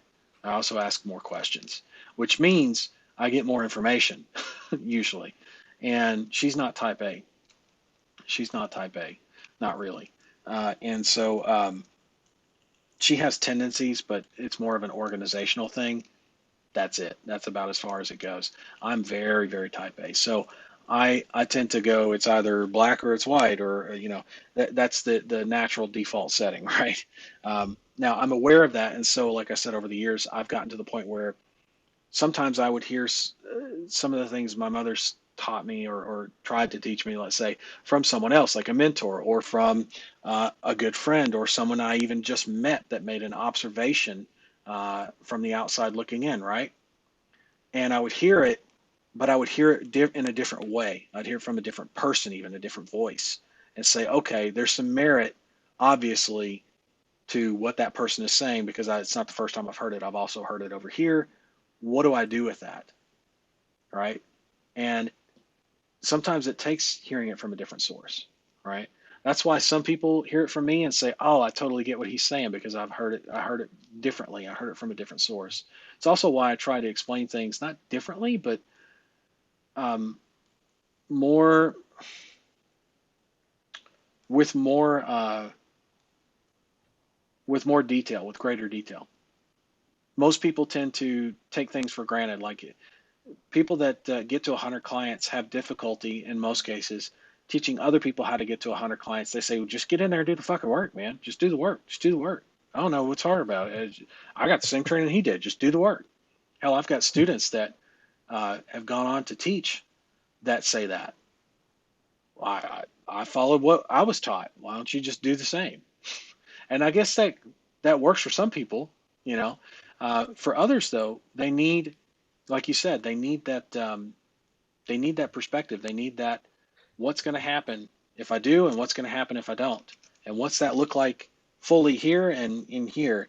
And what are my solutions? What are my options? what's the absolute best? And notice every time I tell you, hey, you should probably build your campaign this way. Hey, you should probably go after client acquisition. And here's all the reasons why. Notice that the answer doesn't change in terms of what the end result will be and what you need to do to get to that end result.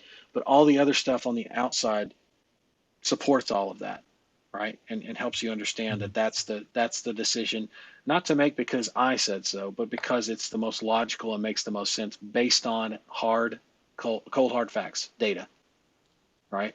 In other words, I don't teach you anything I haven't already been there, done that on. I'm not going to teach you on stuff that I haven't learned myself, which means um, there are. That's why people think I'm very knowledgeable, and I say think, um, because I don't. At a certain point, people realize, man, he's got an answer for everything. I actually don't. You know, there are things that I haven't the clue about. Uh, and there are times where someone will ask me a question, very rare it may be in this industry, and I will answer truthfully, I do not know, or I have no idea, or hey, you know what? Let's look that up. How many times have you heard me say that? Let's look that up. And what do? I go look it up, not to Yeah. be Mr. Google on everybody. You know, we all have that one friend or that one guy that likes to go and fact check everybody and shit. I just want to make sure I'm spitting the right stuff. That's all. So, like, if I say the quote is from somebody, I'd rather quote the quote as opposed to paraphrase the quote, right? And give you who it exactly came from. I'd much rather do that. And sometimes I can remember as I'm searching for it, and other times I have to look for it and search really hard for it. But I don't want to just lay something out there and not have, and again, that's for quotes, but for everything else too. I'm not just going to give you, um, I'm not going to just give you a bunch of stuff to do that I haven't done myself or that I haven't taught other people to do, or both in a lot of cases, almost every case, uh, because I know what works well and what works the best, at least for me and for efficiency, and for efficiency's sake. That's um, that's the biggest thing I can give you is that um, I know there's a level of trust that comes with that rightfully so, I haven't earned yet for a lot of brand new people. Like if you're brand new listening to this right now, I haven't earned that with you. And I understand that. I understand that. How we work through that is you have to have a level of commitment that goes beyond who you're learning from. So, for example, you have to have a commitment to, I'm going to build an agency.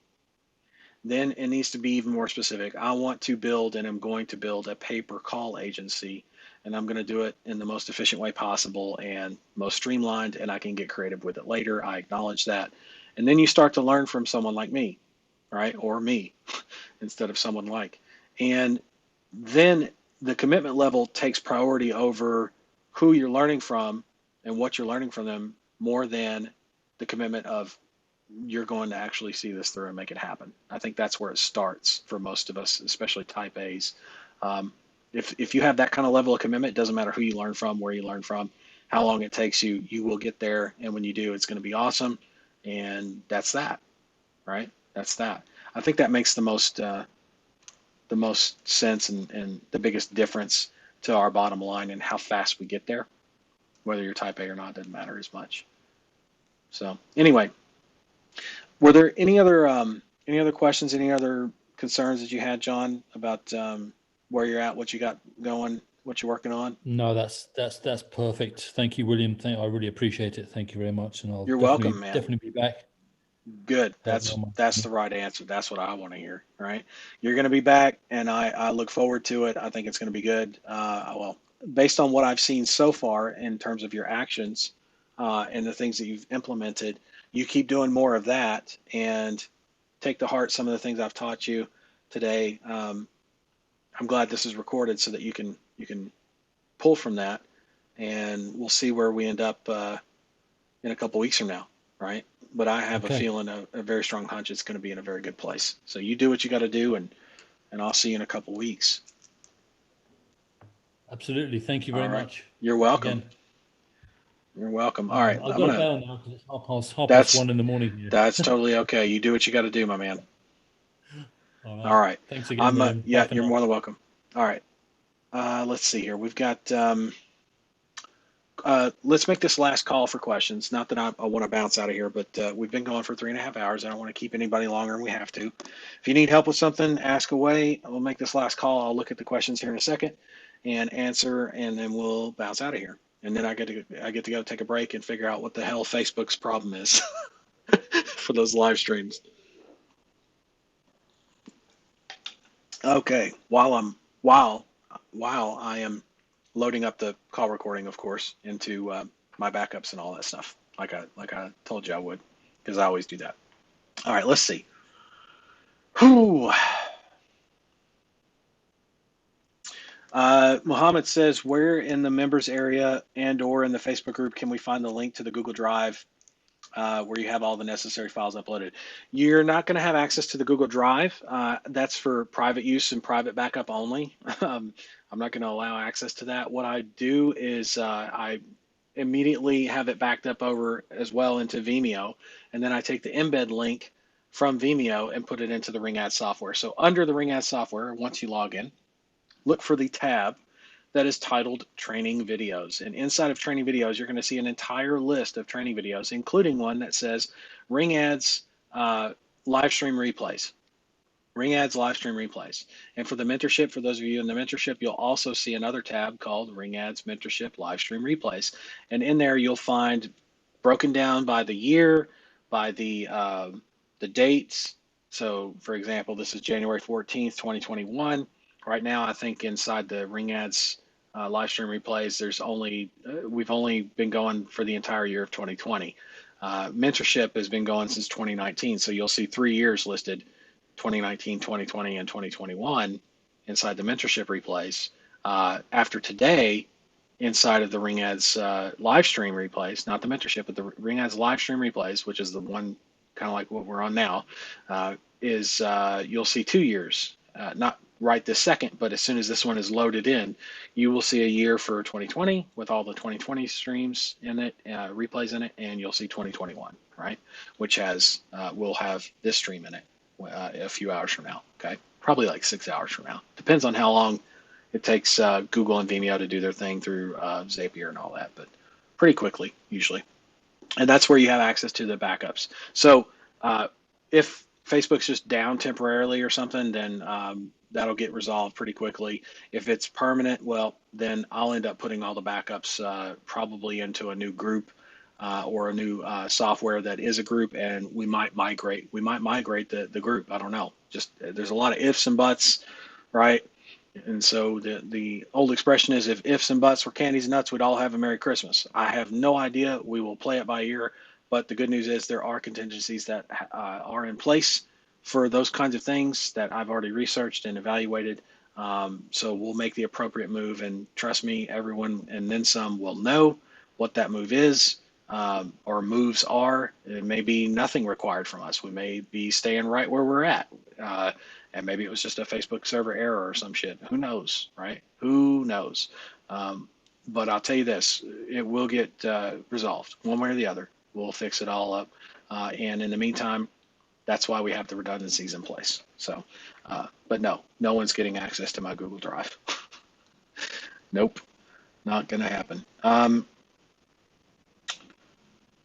Julian's asking, whilst I decided not to include niche type estimate, saying it's not the highest intent in that the person is wanting to know a price before buying, isn't it still good to send that caller to our clients so they can get the opportunity to sell their services? Example, install heat pump estimate or install hardwood floor estimate or roof repair estimate. They're not bad. Listen, Julian, they're not bad keywords. They're just not the highest intent, right? Because those people are more concerned about cost than they are the actual job in most cases, like getting the work done. Like, I'll give you an example. If I'm bleeding out by the neck, I'm not going into the emergency room saying, how much is this going to cost? I'm going in there saying, if I don't get this fixed, I'm going to fucking die. There's a difference, a big difference. One is absolute guaranteed, certain with 100% certainty, highest intent possible. The other one is I could very well choose to walk right out of that emergency room with my finger in my artery over across the street to the next hospital and price shop. Sounds crazy, but I've seen people gamble with things that would cost them their life like that. Don't ask me why. I'm not a human behaviorist, right? However, I do study it. I'm just not licensed to or anything. Um, and the best marketers in the world not just study human behavior, but also accept it, right? So I need you to accept the fact that it is a good intent, yes, but it's not what you start a campaign with, because there is room for people to that price shop, especially on the phone, um, to bounce out of there so quick, and that's not going to make your clients money as fast as starting with a core group of keywords and adding that particular type of keyword, which is not bad, but it's not the greatest, right? Somewhere in between there, into the new keyword ideas section, because it will make money once there's 2 or 3 levels of optimization. Like, it's much higher likelihood of it making that kind of keyword making money with those 2 to 3 levels of optimization. Okay, so please understand that. I'm not saying it's a bad keyword. I didn't skip over it. I just didn't accept it as the absolute highest intent. There's a difference, big difference, and that should make more sense to you. Um, Example install. Okay. Our client would at least want to book an appointment and visit the customer. Um, mm, yes and no. Again, it's not guaranteed. It's not guaranteed. Again, you can you can argue all day about it, right? I'm not arguing with you. I'm just saying, from my personal and direct experience, it's not the highest intent, and it's not what you want to start your campaigns with. Is it something you can grow the campaigns almost immediately with, especially if you have multiple clients all at once? Yes, absolutely it is.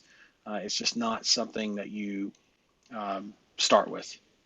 Just not what I call a core keyword of the absolute highest intent, because it's not. It's not the highest intent. Someone who's willing to shop around on price is not the most motivated customer there is. Sorry, it's just a fact. It's not me telling you that. It's a fact. If you don't like the facts, I mean, check with the fact maker, not me. All right, check with somebody else, not me. Um, but I would encourage you to accept that and to use that to your advantage. Right? Again, it's a good keyword, just not the highest intent. It's not a core keyword. There's a difference. Um, Art's asking December Dash Awards. Yes. Good question. I totally forgot to do that, didn't I? I do have it all set up to do as well. I don't know why I didn't think to do that. So thanks for catching that. Okay, so for where's my hold on a second. I know I put that over here somewhere. Yeah, I wrote it out. So I did some double checking. I've still got some more stuff to do, but not like a ton or anything. I've got enough to announce, and then I've got to do some verification with these 3 guys. But I will make some announcements here. So um, on the December Dash and the winners, and let's see, where are we at? 3 hours and 39 minutes. So that way I know where to tell people to look. Okay, so uh, we have for the let's see. Let me come back here and list them out in the order that they were announced in the first place. Let's let the slides load. Come on, Google Drive. There we go. So the Show Up Grow Up Award, we have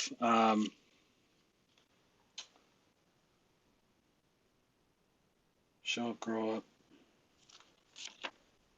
Where's that? Where's that? Where's that? I wrote it out. I wrote it out. I know I did.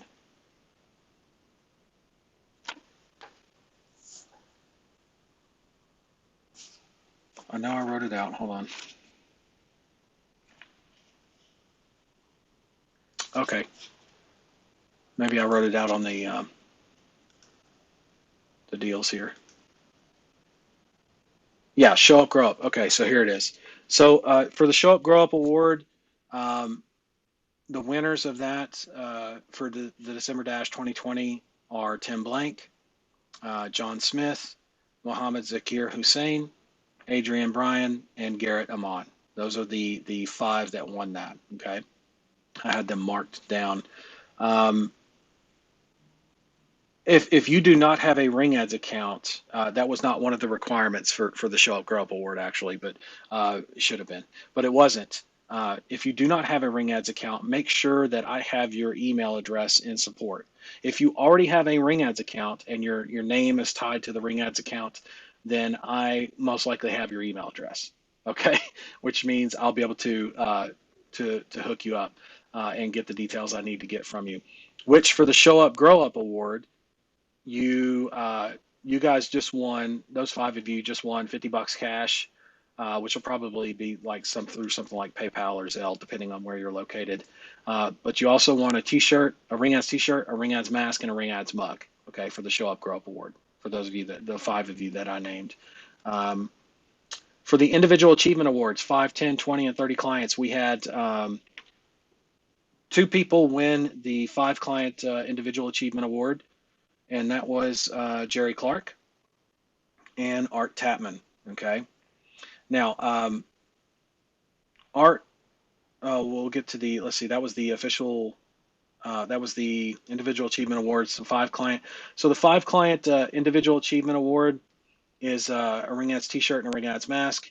The 10 client individual achievement award is a Ring Ads T-shirt, Ring Ads mask, Ring Ads mug. Okay, so Art's going to be taking home a bunch of T-shirts and mugs, unless he only wants one or two.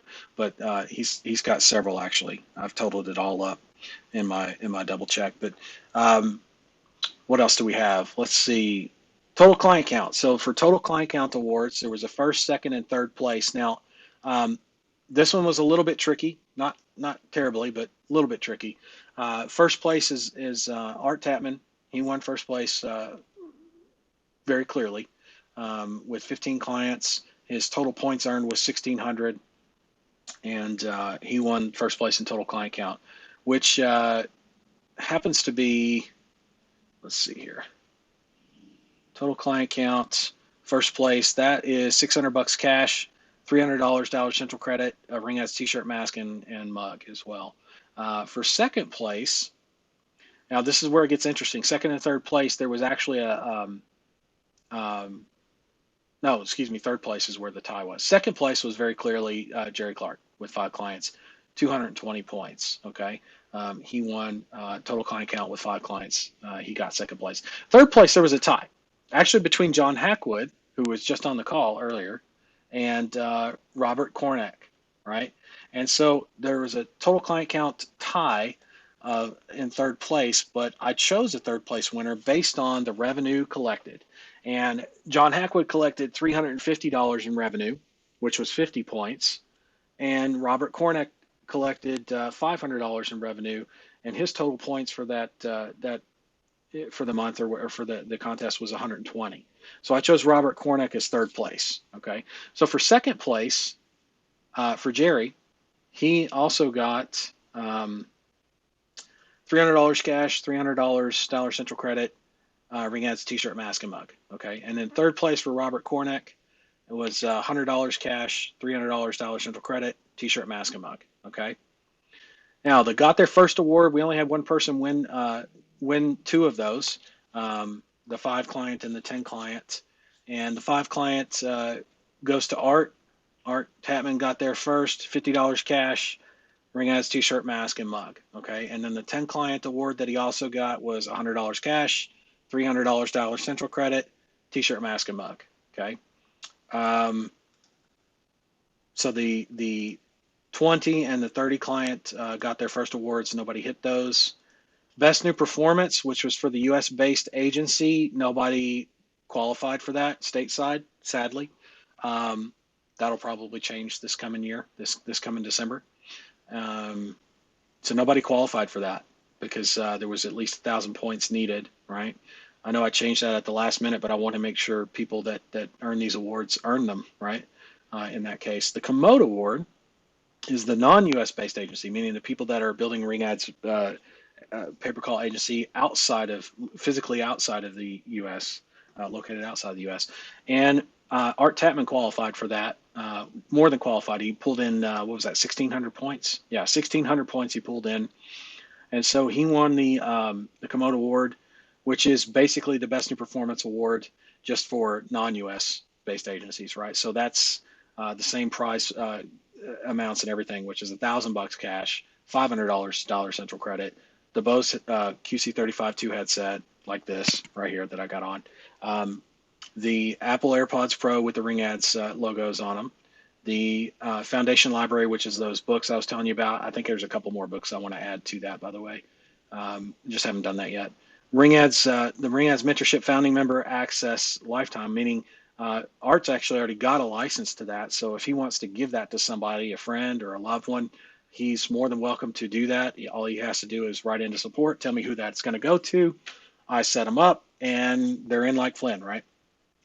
What else does he get? Oh, he also gets another T-shirt, mask, and mug. Okay. I thought maybe, the awards would be spread out a little bit more, and they were a little spread out, but Art ended up cashing in big time on this one. So that's the Komodo Award. Nobody won the Lego Man Award, at least not to my knowledge. If you would like to argue that point, please please feel free to do so and support. Send me a video proving how you deserve the Lego Man Award, and I will consider it because that's a significant award. That's basically identical to the prize payouts of what the Komodo Award and the Best New Performance Award was. So there's a lot up for grabs for that. If you feel you deserve it, then by all means, okay? So the totals, we've got the Show Up Grow Up. I already went over that, what you guys got. Robert Kornick, you got the third place total client count, and you also got Show Up Grow Up. No, wait, no, you didn't. You just got the total client count. The Show Up Grow Up guys got the Show Up Grow Up stuff. That's pretty straightforward. Jerry Clark, you got personal achievement and total client count second place. So those are the two that you got. Art, you got get their first 5 and 10 clients, the personal achievement 5 and 10 clients, the total client count first place, and the Komodo Award. Okay, which the prizes for cash amounts and stuff for Robert and Jerry are pretty straightforward because they only won one or two things, right? They know how much cash they got coming to them and Dollar Central credit and all that kind of stuff. Art, you may not know, or maybe you've already added it up. I have no idea. But at least based on, and keep in mind, I've done double checks on this, so I still have a third check, a triple check to do. And then I'll get with you guys on the details of how to get paid and all that kind of stuff. What I counted was, oh, here it is. What I counted up was it's like $1,750 cash. $1,100 in Dollar Central credit for you, Art, 5 mugs, 6 shirts, and 6 masks, at least based on my double check calculations. I'm going to do a triple check, like I said, to make sure that those are accurate. The first thing I want to do, is congratulate you guys. You guys worked hard. You earned it. And even the guys who, somebody said it best, actually, I'm trying to remember who it was that said that, but somebody said, even if we didn't win anything, I won a lot by building my agency. So I think that was very valuable. I think it was totally worth, the prizes and stuff that we did this year. And we may even do bigger and better next year. In fact, I expect to, because we've got some existing agencies to incentivize to keep building and stuff like that for next December. And we may even do something between now and December to incentivize this kind of agency growth. So no guarantees or promises on that. We're definitely going to do December Dash next year, but or I say next year, this year, this December. But I would like to do at least one something other somewhere this year to incentivize. So stay tuned for that. For those of you 3 that I mentioned, actually those 3 plus the 5 Show Up Grow Up, right? So let me run the names down again. If I read off your name, you should probably be sending me a support ticket with your email address, just in case I don't have it, so that I can, or at least send in a support ticket with an email address from an email address, I should say, that I can respond back to, that you'll actually get, so that I can communicate with you about delivery of stuff, right? So if I read off your name, then you're definitely going to want to do that. It's going to be Art Tapman, Jerry Clark, Robert Kornack, Tim Blank, John Smith, Muhammad Zakir Hussein, Adrian Bryan, and Garrett Amon. Okay, you're going to be the guys that want to do that, so that I can get you sorted. For the total client count, just so that nobody can talk shit, okay, I want to set up a time, and I'll be doing so with you guys, to do some verification. Don't worry, I'm not going to record it or anything. I just want to make sure that screen share wise that I'm able to see what you guys see and can verify quickly. Should be like a 5 minute call, nothing crazy, to verify the client acquisition stuff, so that first, second, third place for total client count goes out and everything's good to go, and also uh, for just all the other stuff that was awarded. I want to make sure those three are good. So Art, um, Art, Jerry, and Robert, if you would, when you send in your support ticket and everything, just be prepared for that. Know that I'll reach out to you privately, and we'll handle that, and I'll get you guys sorted. Um, for Art, I know you live in the Philippines, and there's some research I was doing about a week ago, 2 weeks ago. I think that it wasn't that long ago. It was probably first of the year when I was looking at uh, some shipping forwarders that say that they're able to get stuff shipped without any customs tax. I was like, huh, interesting.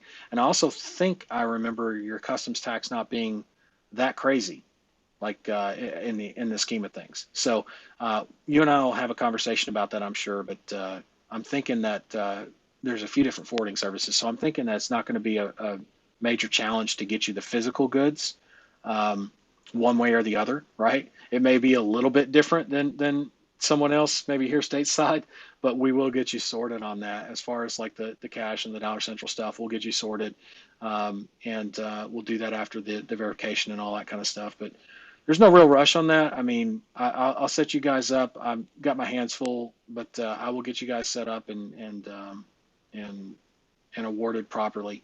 But this is your official acknowledgement that you guys have done, uh, that you guys have achieved these things. Um, it's no small feat. You put numbers on the board, and that's ultimately maybe not the day one thing that it's all about, but ultimately that's what it's all about. And good on you guys for keeping on with it, especially you, Art, John, Jerry. I know has been after it. Robert's been pretty committed. All everybody I just mentioned has been pretty after it, which is good. I like to see that. So let's see more of that, and continue on with that, and I'll get you guys sorted. Just reach out to support with an email address that I can respond to, and for most of you, I have it. I just want to make sure that we're in good contact there on that. But that's thanks for reminding me, Art, on the December dash. You did very good on that, very great on that actually, as I'm sure everybody else will commend you for and has already commended you for. So good job. But same to Jerry and Robert as well. You know, Jerry came on strong there at the end of the year, right? That was pretty good. That was nice to see that. Came on strong. Um, Marketing director says, whoever that is, says congrats to Art and all the December Dash winners. Way to go. Oh, it's John. It's John Heckwood. Cool. Yeah. Congrats, you guys. You did good. So keep doing what you're doing. And let's see. Let me just double check on comments here. I think we're all good. Nobody in the Zoom? Yeah. Looks like we're good. Okay. Well, we're going to bounce out of here right at 4 hours. No big deal. Hey, it takes what it takes, right? We do what it takes. Um, but yeah, I'll catch you guys in the main group here. I'll catch you on the next session, 28th, January 28th, 12 p.m. Pacific Standard Time, as per usual. And I'll keep you guys updated on what I find out, what's going on with live streaming, all that kind of stuff here for whether we move groups or whatever it is we're doing.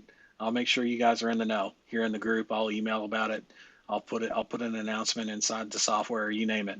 You'll know for sure. If you touch base with us, you're gonna know what's going on and why. And I'll make sure of that.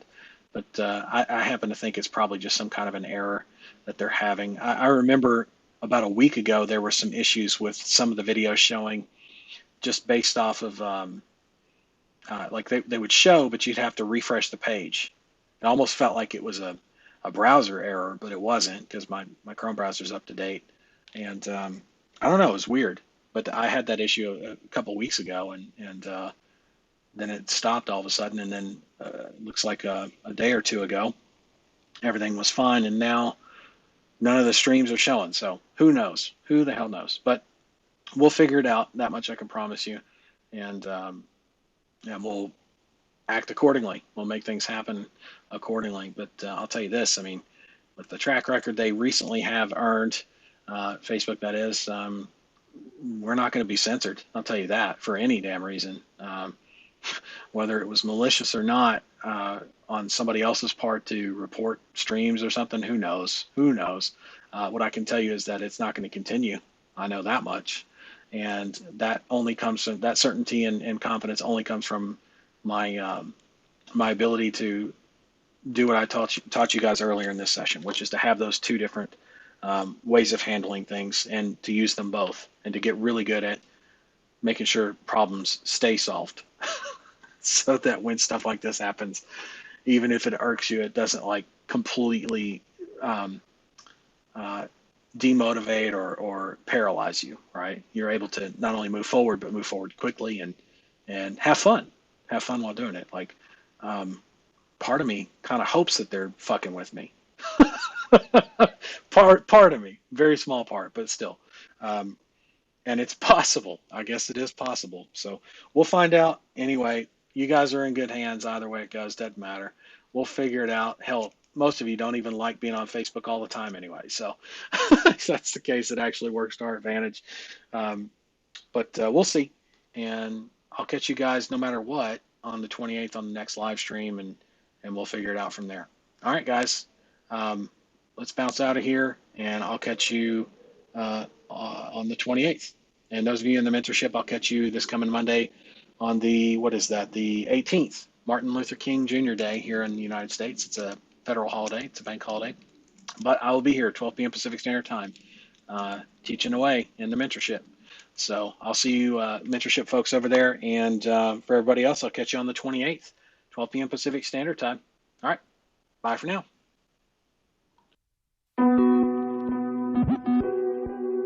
Cool.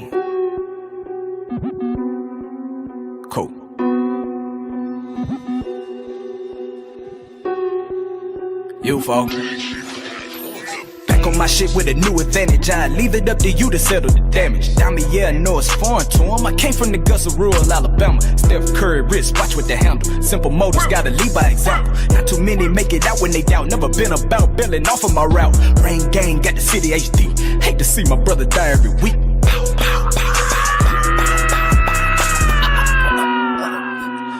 Numb to your vision. My life got me too fucked up. Disrespect to make a nigga go dumb.